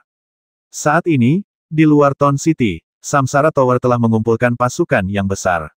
Begitu kita keluar, mereka akan segera mengepung kita. Samsara Tower berbeda dengan Blood Demon City. Pasukan mereka jauh lebih kuat daripada Blood Demon, dan ada banyak penguasa sejati di antara mereka. Saat ini, kita hanya memiliki 95 orang, dan kita harus menambahkan 3 orang. Setelah dikepung, tidak seorang pun dari pasukan neraka akan dapat melarikan diri kecuali kita bertiga yang memiliki kesempatan untuk melarikan diri. Selain itu, setelah kota Ton ditembus, batu ilahi pasti akan jatuh ke tangan menara samsara. Sekarang kita berada dalam hubungan hidup dan mati dengan penguasa kota. Jika kita dapat mempertahankan kota Ton, maka semuanya akan baik-baik saja. Penguasa kota telah berjanji kepadaku bahwa selama kita dapat mengusir pasukan menara samsara, dia akan memberiku batu ajaib di tangannya dan membiarkan kita pergi setelah pasir kuning itu menghilang. Mengapa dia melakukan ini? Chen Qingzi menyipitkan matanya sedikit ketika mendengar ini. Batu suci itu adalah harta karun yang langka. Mereka pernah melihatnya sekali di kota batu hitam. Harta karun seperti itu, bahkan jika berada di tangan orang lain, mereka harus berusaha keras untuk merebutnya. Misalnya, bagaimana mungkin menara samsara diserahkan secara sukarela? Penguasa kota memiliki strategi dalam benaknya. Ia tahu bahwa makhluk-makhluk di tanah ketiadaan mengalami kesulitan untuk bertahan hidup dan selalu ketakutan, jadi ia ingin mengubah situasi ini. Orang-orang di tanah ketiadaan tidak dapat melakukan ini sendiri, jadi ia berharap kita dapat melakukannya. Sambil berbicara, Tang Ao menatap mereka berdua dan melanjutkan. Ia memiliki wawasan yang mendalam dan mempraktikkan hukum kayu, yang paling dekat dengan asal-usul kehidupan. Oleh karena itu, ia dapat melihat jauh lebih banyak daripada yang dapat kita lihat sekarang. Mungkin ia telah memperhatikan beberapa perubahan besar yang terjadi di tanah ketiadaan. Kita tidak tahu. Mendengar ini, Mantian berkata, apalagi yang bisa dikatakan kita bertiga bisa menyerang dan menghancurkan pasukan menara samsara. Dengan begitu, akan jelas apakah yang dikatakan penguasa kota itu benar atau tidak. Manzi, apakah menurutmu kau bisa menghancurkan pasukan menara samsara dengan kemampuanmu yang kecil? Chen Qingzi menatap Mantian dengan jijik, mengatakan sesuatu kepadanya, lalu menoleh ke Tang Ao dan berkata, bagaimana jika kita membantu kota Ton melawan serangan itu dan dia menyesalinya setelah itu? Tidak, aku bisa merasakan dari interaksiku dengan penguasa kota akhir-akhir ini bahwa dia tidak berniat menipu, dan dia tidak perlu melakukannya. Wajah Tang Ao tenang, dan dia berkata dengan yakin, dia tahu niat kita sejak awal. Jika dia tidak ingin mengambil batu suci itu, maka dia bisa menyerahkan kita ke menara samsara. Tidak perlu menghadapinya dan menciptakan musuh yang kuat untuk dirinya sendiri. Saudara Chen, apakah Anda masih ingat bahwa pada malam pertama kami tiba di kota Ton, 3 orang tuan dari menara samsara datang langsung ke pintu kami. Jika bukan karena campur tangan penguasa kota malam itu, tidak akan mudah bagi kami untuk mengusir ketiga orang itu. Tampaknya dia tidak membantu kami saat itu, tetapi sebenarnya, dia membantu kami menakut-nakuti musuh. Chen Qingzi menyipitkan matanya sedikit, dan mengingat kembali pertarungan antara dirinya dan para master menara samsara hari itu. Saat itu, dia merasa bahwa kekuatan lawan sama sekali tidak kalah dengannya. Butuh setidaknya 1 atau 2 hari untuk menentukan pemenangnya. Bahkan jika dia menang, itu tidak akan mudah. Setelah penguasa kota mengambil tindakan, ketiga orang itu langsung meninggalkan kota Ton. Mereka telah hidup dengan aman di kota tersebut akhir-akhir ini. Setelah pelatihan, kekuatan keseluruhan pasukan neraka juga meningkat. Dengan cara ini, penguasa kota memang telah membantu mereka sejak awal. Jadi rencanaku adalah kita akan bekerja sama dengan penguasa kota untuk melenyapkan para pengkhianat di kota dan mengusir menara samsara di saat yang sama. Cepat atau lambat, kita harus berhadapan langsung dengan orang-orang dari menara samsara, jadi bisa mengenal mereka terlebih dahulu adalah hal yang baik, tetapi kita masih perlu menunggu kesempatan yang tepat. Tang Ao menatap Chen Qingzi dan melihat ekspresinya berubah. Dia tahu bahwa dia telah memahami keseriusan masalah ini, jadi dia melanjutkan. Saya perkirakan butuh beberapa hari bagi pihak lain untuk menyerang. Racun yang mereka gunakan disebut Absolute Wood Powder. Racun ini benar-benar mematikan bagi manusia pohon, tetapi tidak mudah dilepaskan, dan sulit dikonfigurasi, jadi butuh lebih banyak waktu untuk mempersiapkannya. Hari-hari ini adalah kesempatan kita. Saudara Chen, ikutlah denganku ke istana penguasa kota besok. Aku ingin memintamu untuk membantu kami masuk ke Pasir Kuning dan menyelidiki situasi kamp militer Menara Samsara. Hanya dengan mengenal diri sendiri dan musuh, kita dapat memenangkan setiap pertempuran. Bagaimana menurutmu? Baiklah, tidak masalah. Chen Qingzi mengangguk sedikit. Gerakan tubuhnya misterius dan kecepatannya adalah yang tercepat di antara ketiganya. Selain itu, niat pedangnya kuat. Dia tidak perlu mendekat. Dia bisa mendeteksi situasi di kejauhan hanya dengan mengandalkan persepsi niat pedang. Jadi wajar saja baginya untuk pergi. Saudara Tang, ini tidak baik untukmu. Mengapa kau membiarkan anak laki-laki cantik itu pergi untuk acara yang menarik seperti ini? Apakah kau meremehkanku? Mantian mendengar ini tetapi tidak setuju. Dengan ekspresi tidak senang di wajahnya, dia menatap Tang Ao dan berkata dengan tidak senang. Saudara Mantian, apa yang kau bicarakan? Bagaimana mungkin aku meremehkanmu? Hanya saja pelatihan pasukan neraka harus terus berlanjut, dan situasi di kota ini tidak jelas. Jika para pengkhianat manusia pohon itu mengetahui sesuatu dan memulai serangan terlebih dahulu, akan lebih mudah bagimu untuk memimpin pasukan di kota. Melihat ekspresi marah Mantian, Tang Ao tersenyum getir dalam hatinya dan harus membujuknya. Saudara Chen, kamu harus keluar untuk menyelidiki situasi ini. Kamu harus pergi dan kembali dengan cepat, dan berusaha untuk tidak ditemukan oleh pihak lain.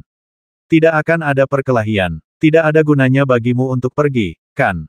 Begitukah kupikir kita akan bertengkar? Mantian menggaruk kepalanya dan berkata dengan cara yang sederhana dan jujur, kalau begitu mari kita buat kesepakatan. Jika kita harus bertarung, kau tidak boleh meninggalkanku. Apapun yang terjadi, aku akan pergi bersamamu. Jangan khawatir, Saudara Mantian. Jika terjadi perkelahian, kami pasti tidak akan melupakanmu. Tang Ao tersenyum. Saat berbicara, dia tiba-tiba merasakan seseorang berjalan menuju pintu. Hatinya sedikit tergerak, dan dia mengedipkan mata kepada mereka berdua lalu berjalan menuju pintu. Begitu sampai di pintu dan membukanya, dia melihat manusia pohon amu berjalan ke arahnya. Dia sedikit terharu. Lalu dia ingat bahwa hari ini adalah hari pernikahan Amu. Dia telah berjanji kepada Amu bahwa dia akan menghadiri pernikahannya. Mungkinkah dia datang ke sini untuk mengundangnya secara pribadi? Saat dia sedang berpikir, Amu sudah berjalan mendekat. Melihat Tang Ao, ekspresinya berubah, dan dia berkata, Tuan Tang, senang sekali Anda ada di sini. Kudengar Anda pergi ke tempat penguasa kota beberapa hari yang lalu dan tidak pernah pergi. Aku tidak tahu apakah Anda sudah kembali, jadi aku datang untuk menemui Anda. Saudara Amu, Anda sangat perhatian. Kami akan segera pergi ke tempat Anda. Tang Ao tersenyum tipis saat mendengar ini. Ia menoleh ke Mantian dan Chen Qingzi dan berkata, Saudara Mantian, Saudara Chen, hari ini adalah hari pernikahan besar Saudara Amu. Bagaimana kalau kita pergi dan meminta segelas anggur pernikahan bersama? Tang Ao belum sempat memberitahu mereka tentang pernikahan itu, tetapi Mantian selalu sangat tertarik dengan acara-acara yang meriah. Ketika dia mendengar bahwa akan ada acara yang meriah untuk ditonton dan anggur pernikahan untuk diminum, dia langsung keluar dengan gembira dan berkata, ada anggur untuk diminum, itu hal yang bagus, di mana itu?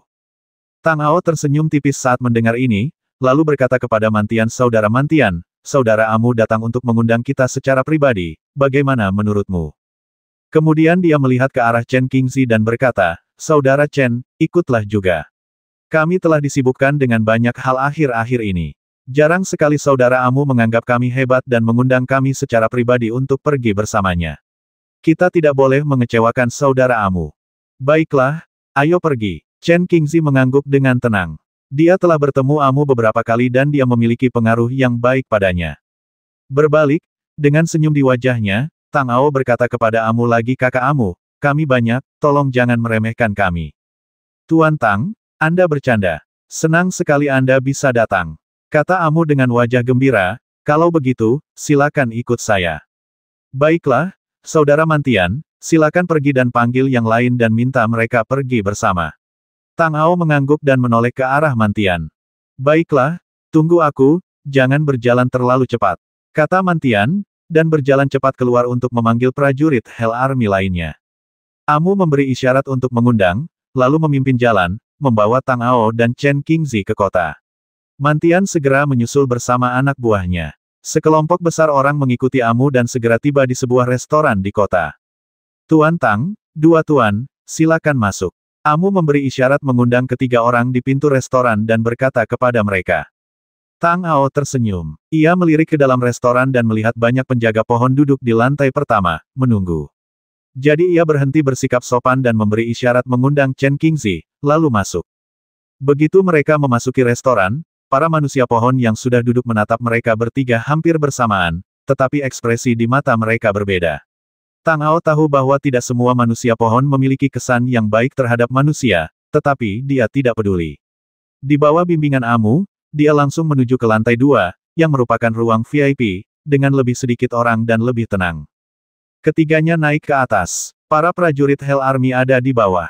Jumlah mereka puluhan, tidak jauh lebih sedikit dari Tree Army, jadi mereka tidak perlu khawatir akan terisolasi.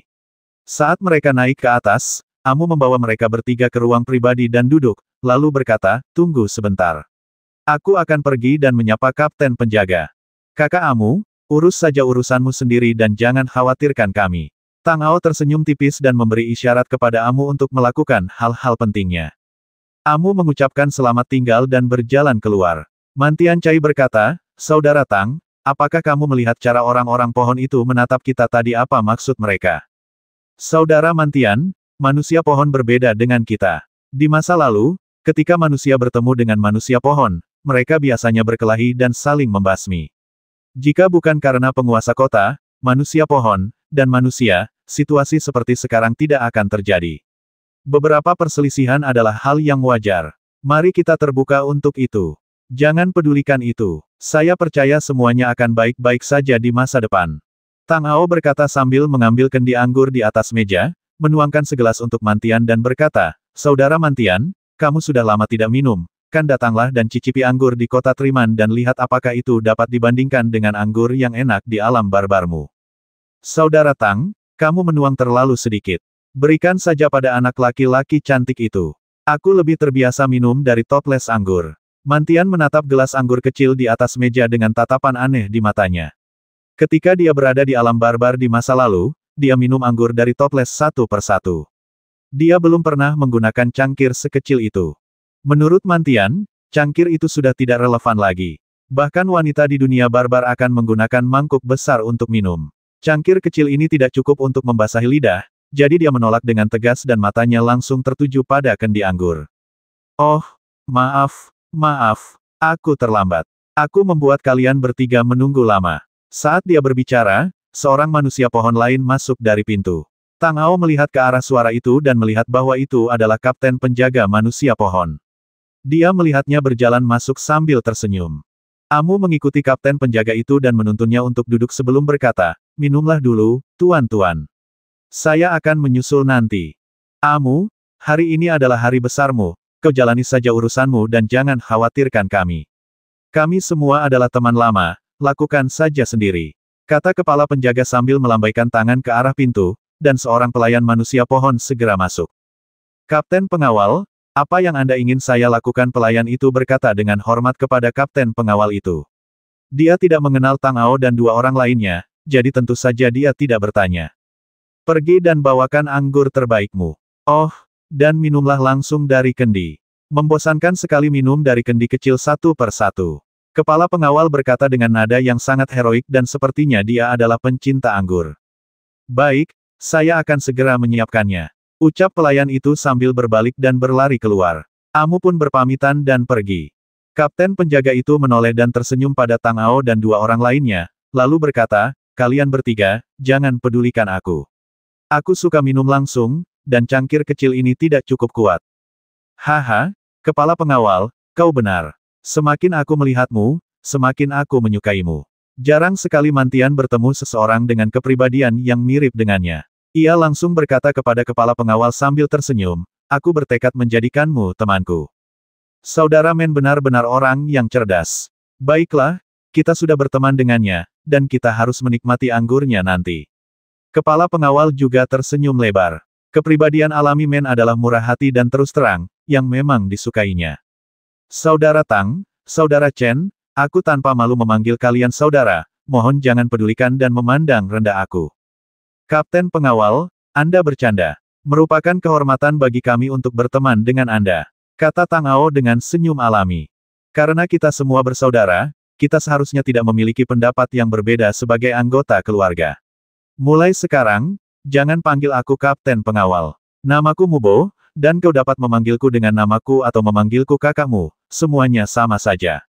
Kapten Pengawal Mubo mengatakan ini, dan tepat saat pelayan membawakan anggur, dia melanjutkan. Tepat sekali, anggurnya sudah sampai. Jangan pulang sebelum kita mabuk hari ini. Saat dia berkata demikian, Kapten Pengawal, Mubo, membagikan sebotol anggur kepada mereka masing-masing dan membuka tutupnya. Baiklah, kita tidak akan pulang sebelum mabuk. Mantian juga mengangkat tutup toples anggur. Matanya tiba-tiba berbalik dan dia melirik Chen Qingzi dengan niat jahat.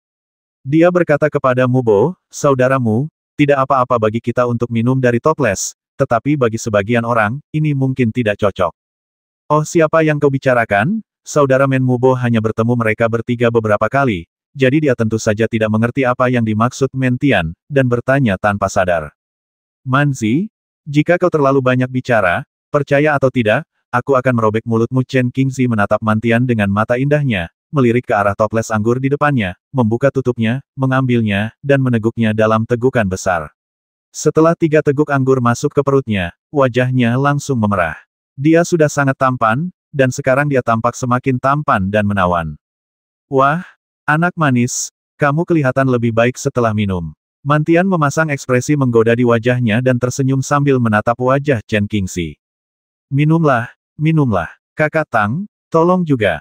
Melihat kejadian ini, Mubo sudah mengerti apa yang sedang terjadi. Melihat wajah Chen Qingzi yang sudah menunjukkan kemarahan, dia segera berkata untuk menenangkan keadaan anggur ini adalah minuman khas Stone City. Anggur ini dibuat dengan embun yang dipadatkan dari pohon-pohon tua. Kamu tidak bisa meminumnya di tempat lain. Kakakmu, kumohon. Tang Ao menarik Chen Qingzi ke sampingnya agar dia tidak terlalu marah. Dia mengambil kendi anggur dan mulai minum. Mantian tertawa terbahak-bahak dengan ekspresi sangat senang di wajahnya. Ketika ketiganya minum, Amu masuk dari pintu lagi. Di sampingnya, ada seorang wanita manusia pohon dan seorang pria manusia pohon. Tang Ao menatap pria manusia pohon itu dan mengangkat alisnya sedikit. Dia merasa seolah-olah pernah melihat orang ini di suatu tempat sebelumnya, tetapi dia baru saja minum anggur dan alkoholnya baru saja berefek. Pikirannya sedikit bingung dan dia tidak dapat mengingatnya untuk sementara waktu. Amu membawa gadis itu ke meja dan berkata kepada keempat orang itu, Tuan-tuan, ini istriku Tihua, saudaraku Tishu, dan Tuan Tang. Terakhir kali kalian pergi ke kota, kalian dan saudaraku sedang bertugas. Apakah kalian ingat? Setelah mendengar apa yang dikatakan Amu, Tang Ao tiba-tiba menyadari apa yang sedang terjadi. Tidak heran dia merasa bahwa manusia pohon ini tampak familiar. Ternyata dia pernah melihatnya pada hari pertama dia tiba di Stone City. Jadi dia berkata sambil tersenyum saudara Amu, selamat. Selamat, Tuan Tang, kata Amu, lalu mengedipkan mata pada Tihua di sebelahnya.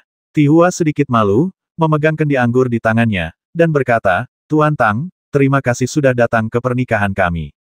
Aku akan menuangkan segelas anggur untukmu. Baiklah, terima kasih, saudari. Tang Ao mengangguk sambil tersenyum. Ia mengambil gelas anggur, menunggu anggur itu terisi penuh, meneguknya sekaligus, dan berkata, anggur yang enak.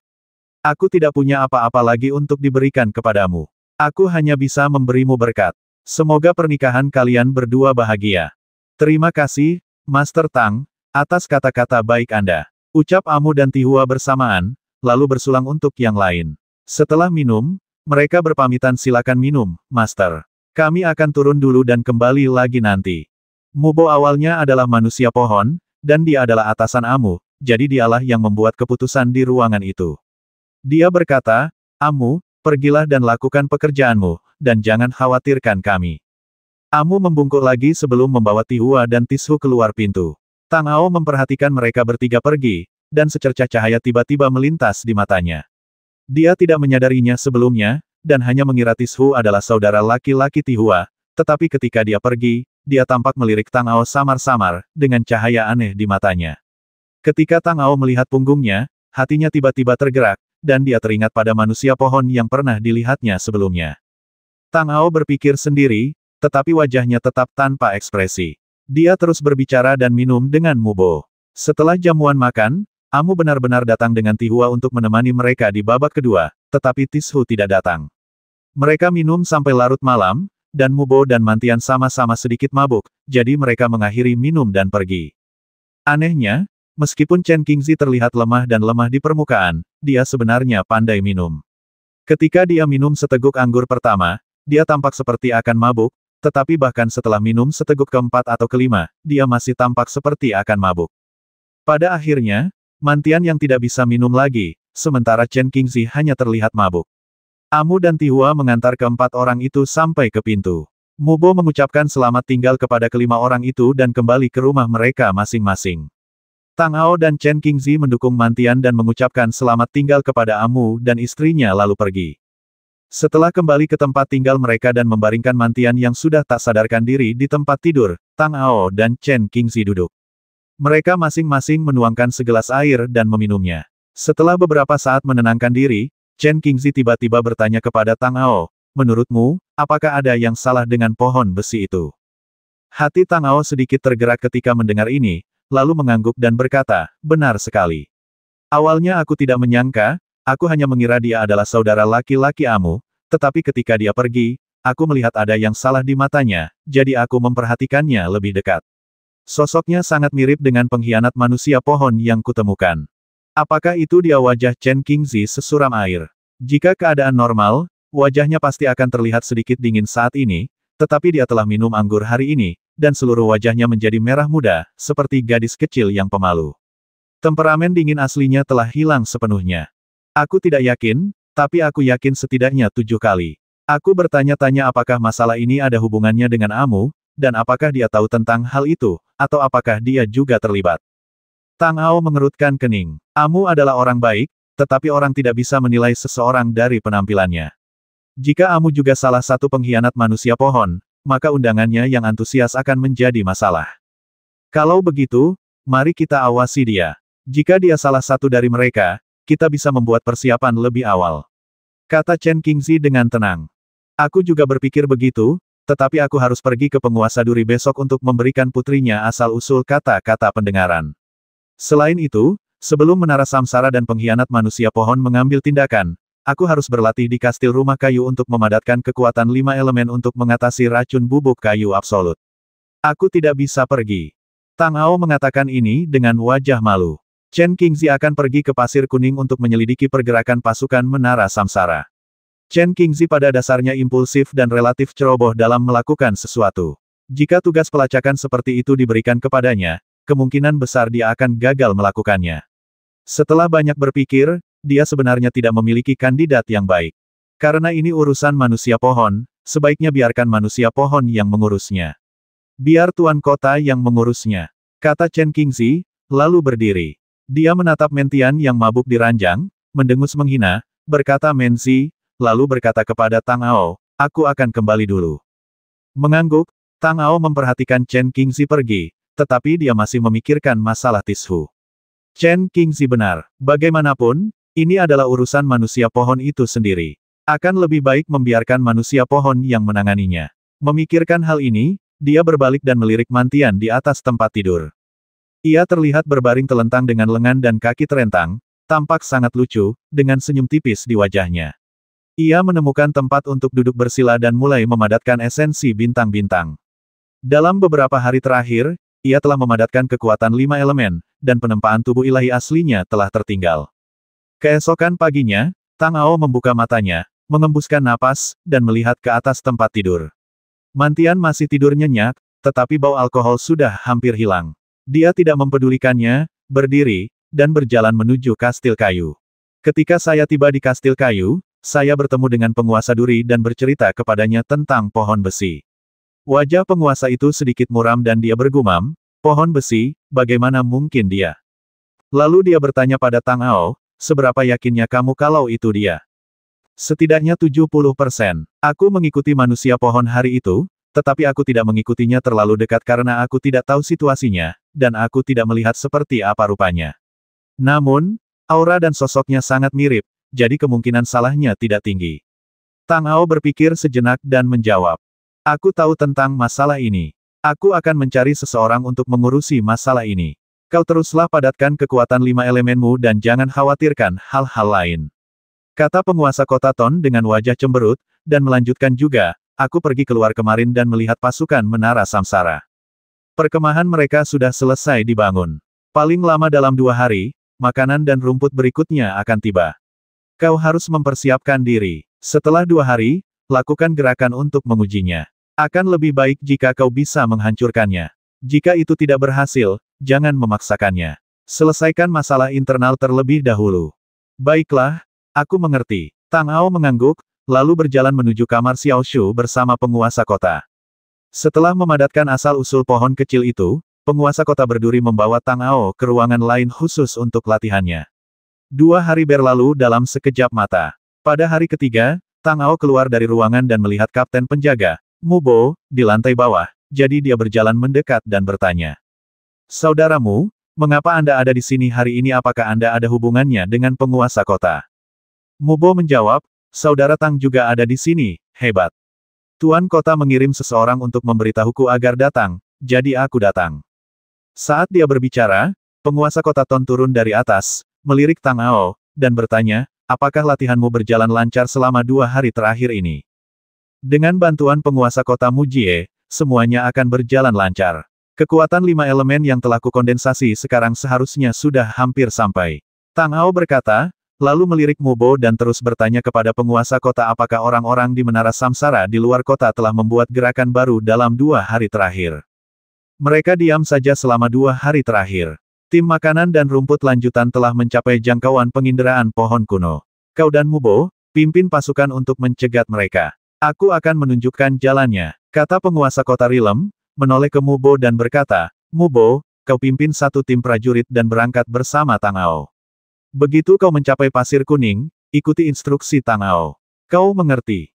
Saya mengerti. Mu Bo membungkuk kepada penguasa kota Ton dan berkata dengan tegas. Setelah mengatur semuanya, Tang Ao dan Mu Bo keluar dari kastil kayu. Orang-orang dari pasukan neraka seharusnya sedang berlatih di lapangan parade sekarang, jadi mereka berdua langsung pergi ke lapangan parade bersama. Setelah tiba di tempat itu, Tang Ao menemui Mantian dan Chen Qingzi dan menyuruh mereka bersiap untuk berangkat. Mu Bo pun segera menghitung jumlah orang dan kudanya, lalu bertemu kembali dengan Tang Ao. Mereka langsung menuju gerbang kota, menuruni tangga kayu, dan menuju ke Pasir Kuning. Tak jauh dari pohon kuno itu, Tang Ao merasakan pasir di bawah kakinya bergerak. Kemudian akar pohon setebal ibu jari menyembul keluar dan menunjuk ke arah Tang Ao. Tang Ao melihatnya dan hatinya sedikit tergerak. Dia memimpin anak buahnya dengan cepat ke arah itu. Setelah berjalan hampir seharian, akar pohon akan menyembul keluar setiap kali dia berjalan jauh, menunjuk ke arah itu lagi. Baru setelah mereka mencapai bagian belakang bukit kecil yang dalam di Pasir Kuning, akar-akar pohon di bawah tanah muncul dan saling terkait. Hati Tang Ao sedikit tergerak, mengetahui bahwa orang-orang yang mengangkut makanan dan rumput dari Menara Samsara seharusnya berada di Pasir Kuning di depan, jadi dia memerintahkan semua orang untuk berhenti. Cahaya bintang kecil menyala di tangannya dan dia berjalan menuju Pasir Kuning. Setelah beberapa saat, melalui cahaya bintang, Tang Ao merasakan bahwa di Pasir Kuning di depannya, memang ada sekelompok orang yang membawa sejumlah besar makanan dan rumput, berbaris di Pasir Kuning. Ada juga cahaya kuning tipis di sekitar mereka. Cahaya kuning itulah yang menghalangi erosi Pasir Kuning, sehingga orang-orang ini dapat maju dengan mulus di padang pasir. Merasakan hal ini, Tang Ao menyipitkan matanya sedikit, menoleh dan berkata kepada Mubo di sampingnya, saudaramu, tim pengangkut makanan dan rumput ada di depan, mari kita bagi menjadi dua kelompok. Aku akan memimpin pasukanku untuk menyerang dari sisi sayap. Kalian tunggu sebentar, setelah kita mulai bertempur, mereka pasti akan menyerbu ke sisi lain. Kalian akan mencegat mereka di depan, dan kita akan menyerang dari kedua sisi. Kita pasti akan mampu mengalahkan tim ini secara keseluruhan. Baiklah, Saudara Tang, aku akan mendengarkanmu. Kalian semua berhati-hatilah. Mubo mengangguk, berbalik dan memimpin para penjaga manusia pohon menuju pasir kuning di sisi lain. Dalam sekejap mata, dia menghilang di pasir kuning. Setelah Mubo dan yang lainnya pergi, Tang Ao berkata kepada Mentian dan Chen Qingzi, saudara Mentian, saudara Chen, kalian masing-masing pimpin satu tim dan serang langsung untuk membubarkan tim transportasi terlebih dahulu, lalu terus kejar mereka. Aku akan pergi dari pusat dan membasmi mereka. Jika ada orang kuat yang mengambil tindakan, kita akan bergabung untuk menghentikannya. Baiklah, saudara Tang, jangan khawatir, serahkan saja padaku, tidak akan ada masalah. Mantian berkata dengan gembira, lalu menatap Chen Qingzi dan berkata, wajah putih kecil, apakah kamu ingin mencobanya? Siapapun yang memimpin lebih dulu untuk membubarkan musuh, dan siapapun yang memimpin paling banyak kepala musuh. Aku tidak takut padamu. Chen Qingzi mendengus dingin dan berkata dengan ekspresi tenang di wajahnya. Haha, oke, kalau begitu mari kita lihat siapa yang memiliki kemampuan sebenarnya.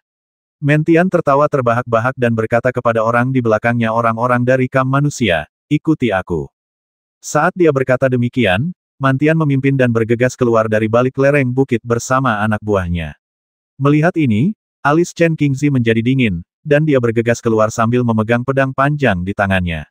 Orang-orang di belakangnya juga bergerak cepat. Melihat kedua pria itu sudah berangkat, Tang Ao tersenyum tipis. Sambil memegang tombak perak di tangannya, dia berdiri, dan asal-usul bintang di tubuhnya berputar, dan terbang langsung menuju pasir kuning. Dalam sekejap mata, dia berada di atas tim yang mengangkut makanan dan rumput. Asal-usul bintang di tubuhnya mengalir ke tombak perak, dan memercikkan area cahaya bintang yang luas di pasir kuning di bawahnya. Sinar tombak cahaya bintang jatuh pada tim yang mengangkut makanan dan rumput bagai hujan badai, menimbulkan suara keras dan langsung membelah tim tersebut menjadi dua. Pasir kuning bergulung-gulung, cahaya bintang bagaikan hujan, suara ratapan dan jeritan tiba-tiba terdengar, diikuti oleh ledakan raungan kemarahan. Para prajurit bergerak ke sana kemari, Tang Ao tiba-tiba menyerang dari udara, dan banyak orang masih belum tahu apa yang telah terjadi, mereka juga tidak tahu bagaimana cara menghindarinya. Dasar pencuri, kau cari mati saja, berikan nyawamu padaku. Dengan teriakan keras dan hasrat membasmi yang membumbung tinggi ke angkasa, sesosok tubuh tiba-tiba terbang keluar dari belakang tim pengangkut gandum dan langsung muncul di hadapan Tang Ao. Memegang pedang panjang berwarna hitam di tangannya, dengan cahaya pedang yang menyala-nyala, dan langsung menuju ke wajahnya. Tang Ao menyipitkan matanya sedikit ketika melihat ini, dan sosoknya bersinar. Tombak perak di tangannya meledak dengan cahaya tombak yang mengerikan. Tombak itu keluar seperti naga dan menusuk cahaya pisau. Cahaya bintang itu seperti pilar, dan menghantam cahaya pisau dengan keras. Badai energi yang melonjak menyapu dalam sekejap, dan angin kencang bertiup di sekitarnya. Ekspresi terkejut terpancar di wajah pria yang memegang pisau itu. Dia mengeluarkan suara "oh" pelan dan berkata pada Tang Ao, itu kamu beraninya kamu keluar. Haha, kenapa aku tidak berani keluar terakhir kali di kota, kau dan aku sama-sama dibatasi dan pertarungannya tidak memuaskan. Ini tempat yang bagus untuk bertarung, dan kita bisa mengerahkan seluruh kemampuan kita. Tang Ao terkekeh dan menatap orang di depannya, yang merupakan orang yang bertarung melawannya di Town City hari itu. Oh, karena kau keluar untuk mati, kau tidak bisa menyalahkanku. Gunung tandus ini akan menjadi tempat pemakamanmu. Pria itu bersiul dingin, menggoyangkan pergelangan tangannya, dan menggunakan ilmu pedangnya. Kekuatan hukum berubah, dan dia berada di depan Tang Ao dalam sekejap, dan menebasnya langsung dengan pisau. Hanya hal sepele, Tang Ao mengucapkan 4 kata ini dengan ringan, dan mengayunkan tombak perak di tangannya secara horizontal, melancarkan gerakan yang menyapu ribuan pasukan dengan kekuatan besar, seolah-olah membelah gunung dan memotong sungai. Cahaya bintang yang terang menyala, dan saat tombak itu diayunkan, sekelompok bintang berkedip-kedip di ujungnya, seolah-olah telah menciptakan langit berbintang. Melihat tombak Tang Ao begitu kuat, pria itu tidak berani ceroboh. Dia memegang pedang hitam di tangannya secara horizontal di depan dadanya dan langsung mundur. Namun, tombak itu lebih panjang dan memiliki kekuatan besar, sehingga bergerak dengan kecepatan yang luar biasa cepat. Ketika dia mundur, tombak itu sudah tiba di depannya. Dengan suara ledakan yang tumpul, tombak perak itu menghantamnya dan membuatnya terlempar. Baru setelah puluhan kaki jauhnya, cahaya kuning redup tiba-tiba keluar dari tubuhnya. Dia menahan kekuatan besar itu dan berhenti di udara. Wajahnya kemudian menjadi muram. Selama pertarungan mendadak itu, kekuatan yang ditunjukkan oleh Tang Ao begitu mengerikan hingga setidaknya 30% lebih kuat dari beberapa hari yang lalu. Dia benar-benar tidak dapat mengerti dalam hatinya bagaimana dia harus berlatih dalam waktu yang begitu singkat untuk membuat ranah dan kekuatannya meningkat begitu cepat. Itu sungguh tidak dapat dipercaya. Kemudian sedikit rasa takut muncul di hatinya. Jika Tang Ao terus meningkatkan kultivasinya dengan kecepatan ini, dia akan dapat mencapai alam suci dalam beberapa bulan. Saat itu, kekuatannya akan meningkat puluhan kali lipat. Jika dia tidak membasminya hari ini, pada saat pasir kuning menghilang, akan ada dua penguasa alam suci di kota Ton. Matanya tiba-tiba menyipit saat dia menatap Tang Ao. Dia harus menahannya di sini apapun yang terjadi. Pikirannya berubah, dan gelombang hukum yang tak terlukiskan meledak dari tubuhnya.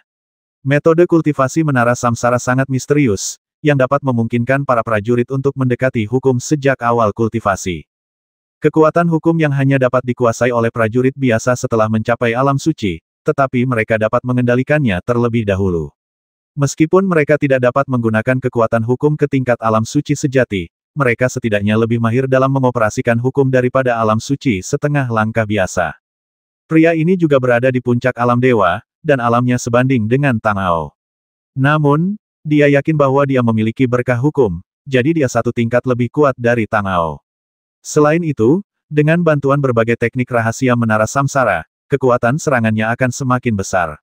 Dengan pemikiran ini, kekuatan hukum yang agung mengalir ke pedang panjang di tangannya. Udara di sekitarnya tampak mandek dalam sekejap, dan napas dingin tiba-tiba meletus dengan dirinya sebagai pusatnya. Cahaya pedang gelap berkedip-kedip di pedang panjang itu. Tiba-tiba, dia berteriak gunung penghancur bulan hitam. Begitu suara itu jatuh, tangan yang memegang pedang menebas ke arah Tang Ao.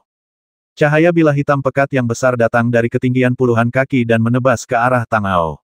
Bilah itu datang begitu cepat sehingga sudah terlambat untuk menghindar. Dengan sebuah pikiran, dia mengaktifkan asal-usul bintang di tubuhnya secara ekstrim.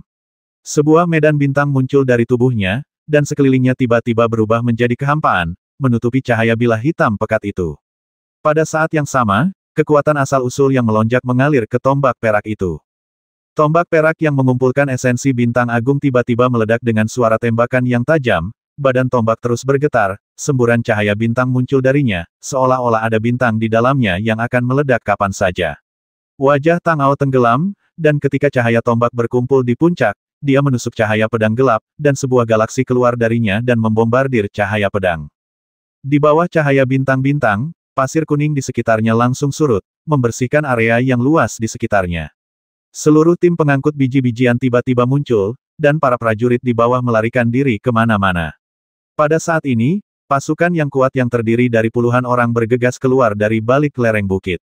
Sosok merah dengan uap yang keluar dari tubuhnya bergegas ke depan tim, dan dalam sekejap mata ia membasmi jalannya ke tim pengangkut gandum, seperti binatang buas kuno. Ketika ia tiba di tim pengangkut gandum, ia menjatuhkan puluhan orang ke udara dalam sekejap mata, dan para prajurit di belakangnya juga mengikuti.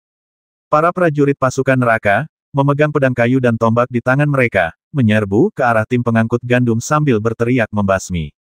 Saat pedang dan tombak beradu, darah menyembur keluar. Puluhan prajurit dibacok sampai mati sebelum mereka sempat bereaksi terhadap apa yang terjadi. Sisanya buru-buru mengeluarkan senjata mereka dan melawan. Tim pengangkut gandum memiliki sejumlah besar prajurit, sekitar 1.000 orang.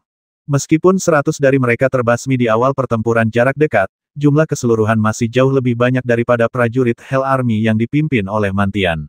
Orang-orang ini juga merupakan prajurit veteran yang terlatih dengan baik.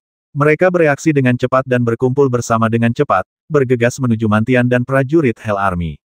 Panah hitam ditembakkan, dan tekanan pada Hell Army tiba-tiba meningkat.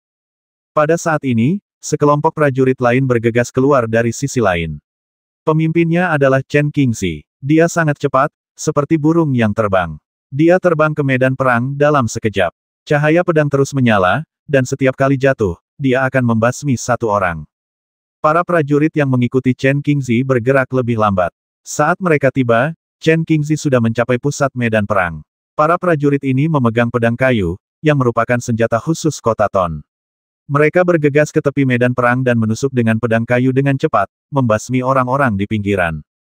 Dalam sekejap mata, pasukan neraka yang dipimpin oleh Mantian dan Chen Qingzi masing-masing terlibat dalam pertarungan dengan tim pengangkut gandum. Karena kehadiran kedua orang itu, meskipun para prajurit tim pengangkut gandum adalah veteran dari ratusan pertempuran, wilayah dan kekuatan mereka terlalu lemah. Mereka sama sekali bukan tandingan mereka. Begitu mereka bertemu gunung, mereka tidak akan memiliki kesempatan untuk bertahan hidup. Setelah bertarung beberapa saat, dua raungan panjang tiba-tiba datang dari padang pasir di kejauhan, dan dua sinar cahaya, satu kuning dan satu merah, menyerbu.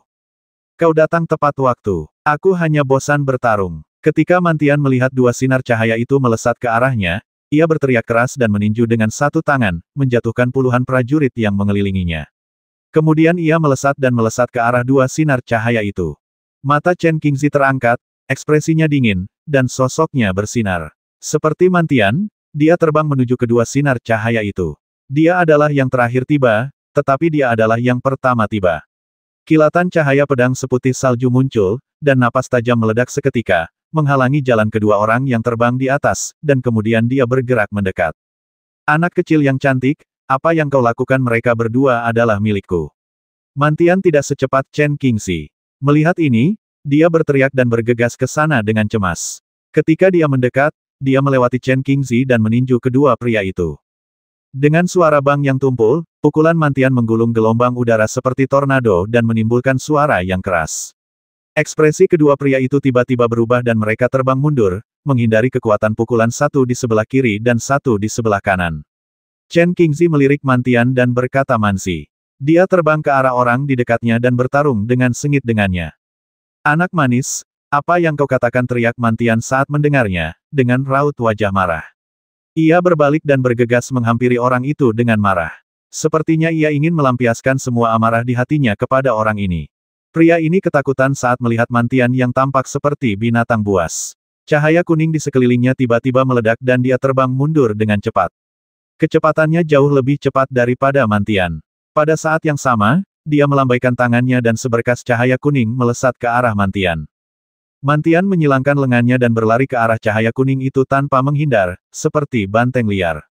Dengan suara bang yang keras, cahaya kuning itu pun terpental akibat hantaman Mantian. Begitu sosoknya terungkap, ia berteriak, jika kau punya kemampuan, jangan lari. Turunlah dan lawan aku secara langsung. Apa gunanya hanya lari, kau sama saja seperti bocah cantik itu. Mata lelaki itu tiba-tiba menyipit saat mendengar itu, dan dia mengangkat tangannya. Cahaya kuning bersinar dari telapak tangannya. Kemudian tanah di bawah kaki Mantian bergetar hebat, seolah-olah terjadi gempa bumi. Dua pilar batu besar muncul dan menjepit langsung ke arah Mantian, seolah-olah akan menghancurkannya. Melihat hal ini, Mantian berteriak marah dan membuka kedua lengannya. Sebuah kekuatan dahsyat meledak dari tubuhnya. Kedua pilar batu itu dicengkeram oleh kedua lengannya dan tidak bisa bergerak maju sedikit pun. Sebuah cahaya merah bahkan muncul di lengannya, seolah-olah dia sedang memindahkan gunung dan memenuhi lautan. Dia meraih kedua pilar batu itu dan melemparkannya ke arah pria itu. 890.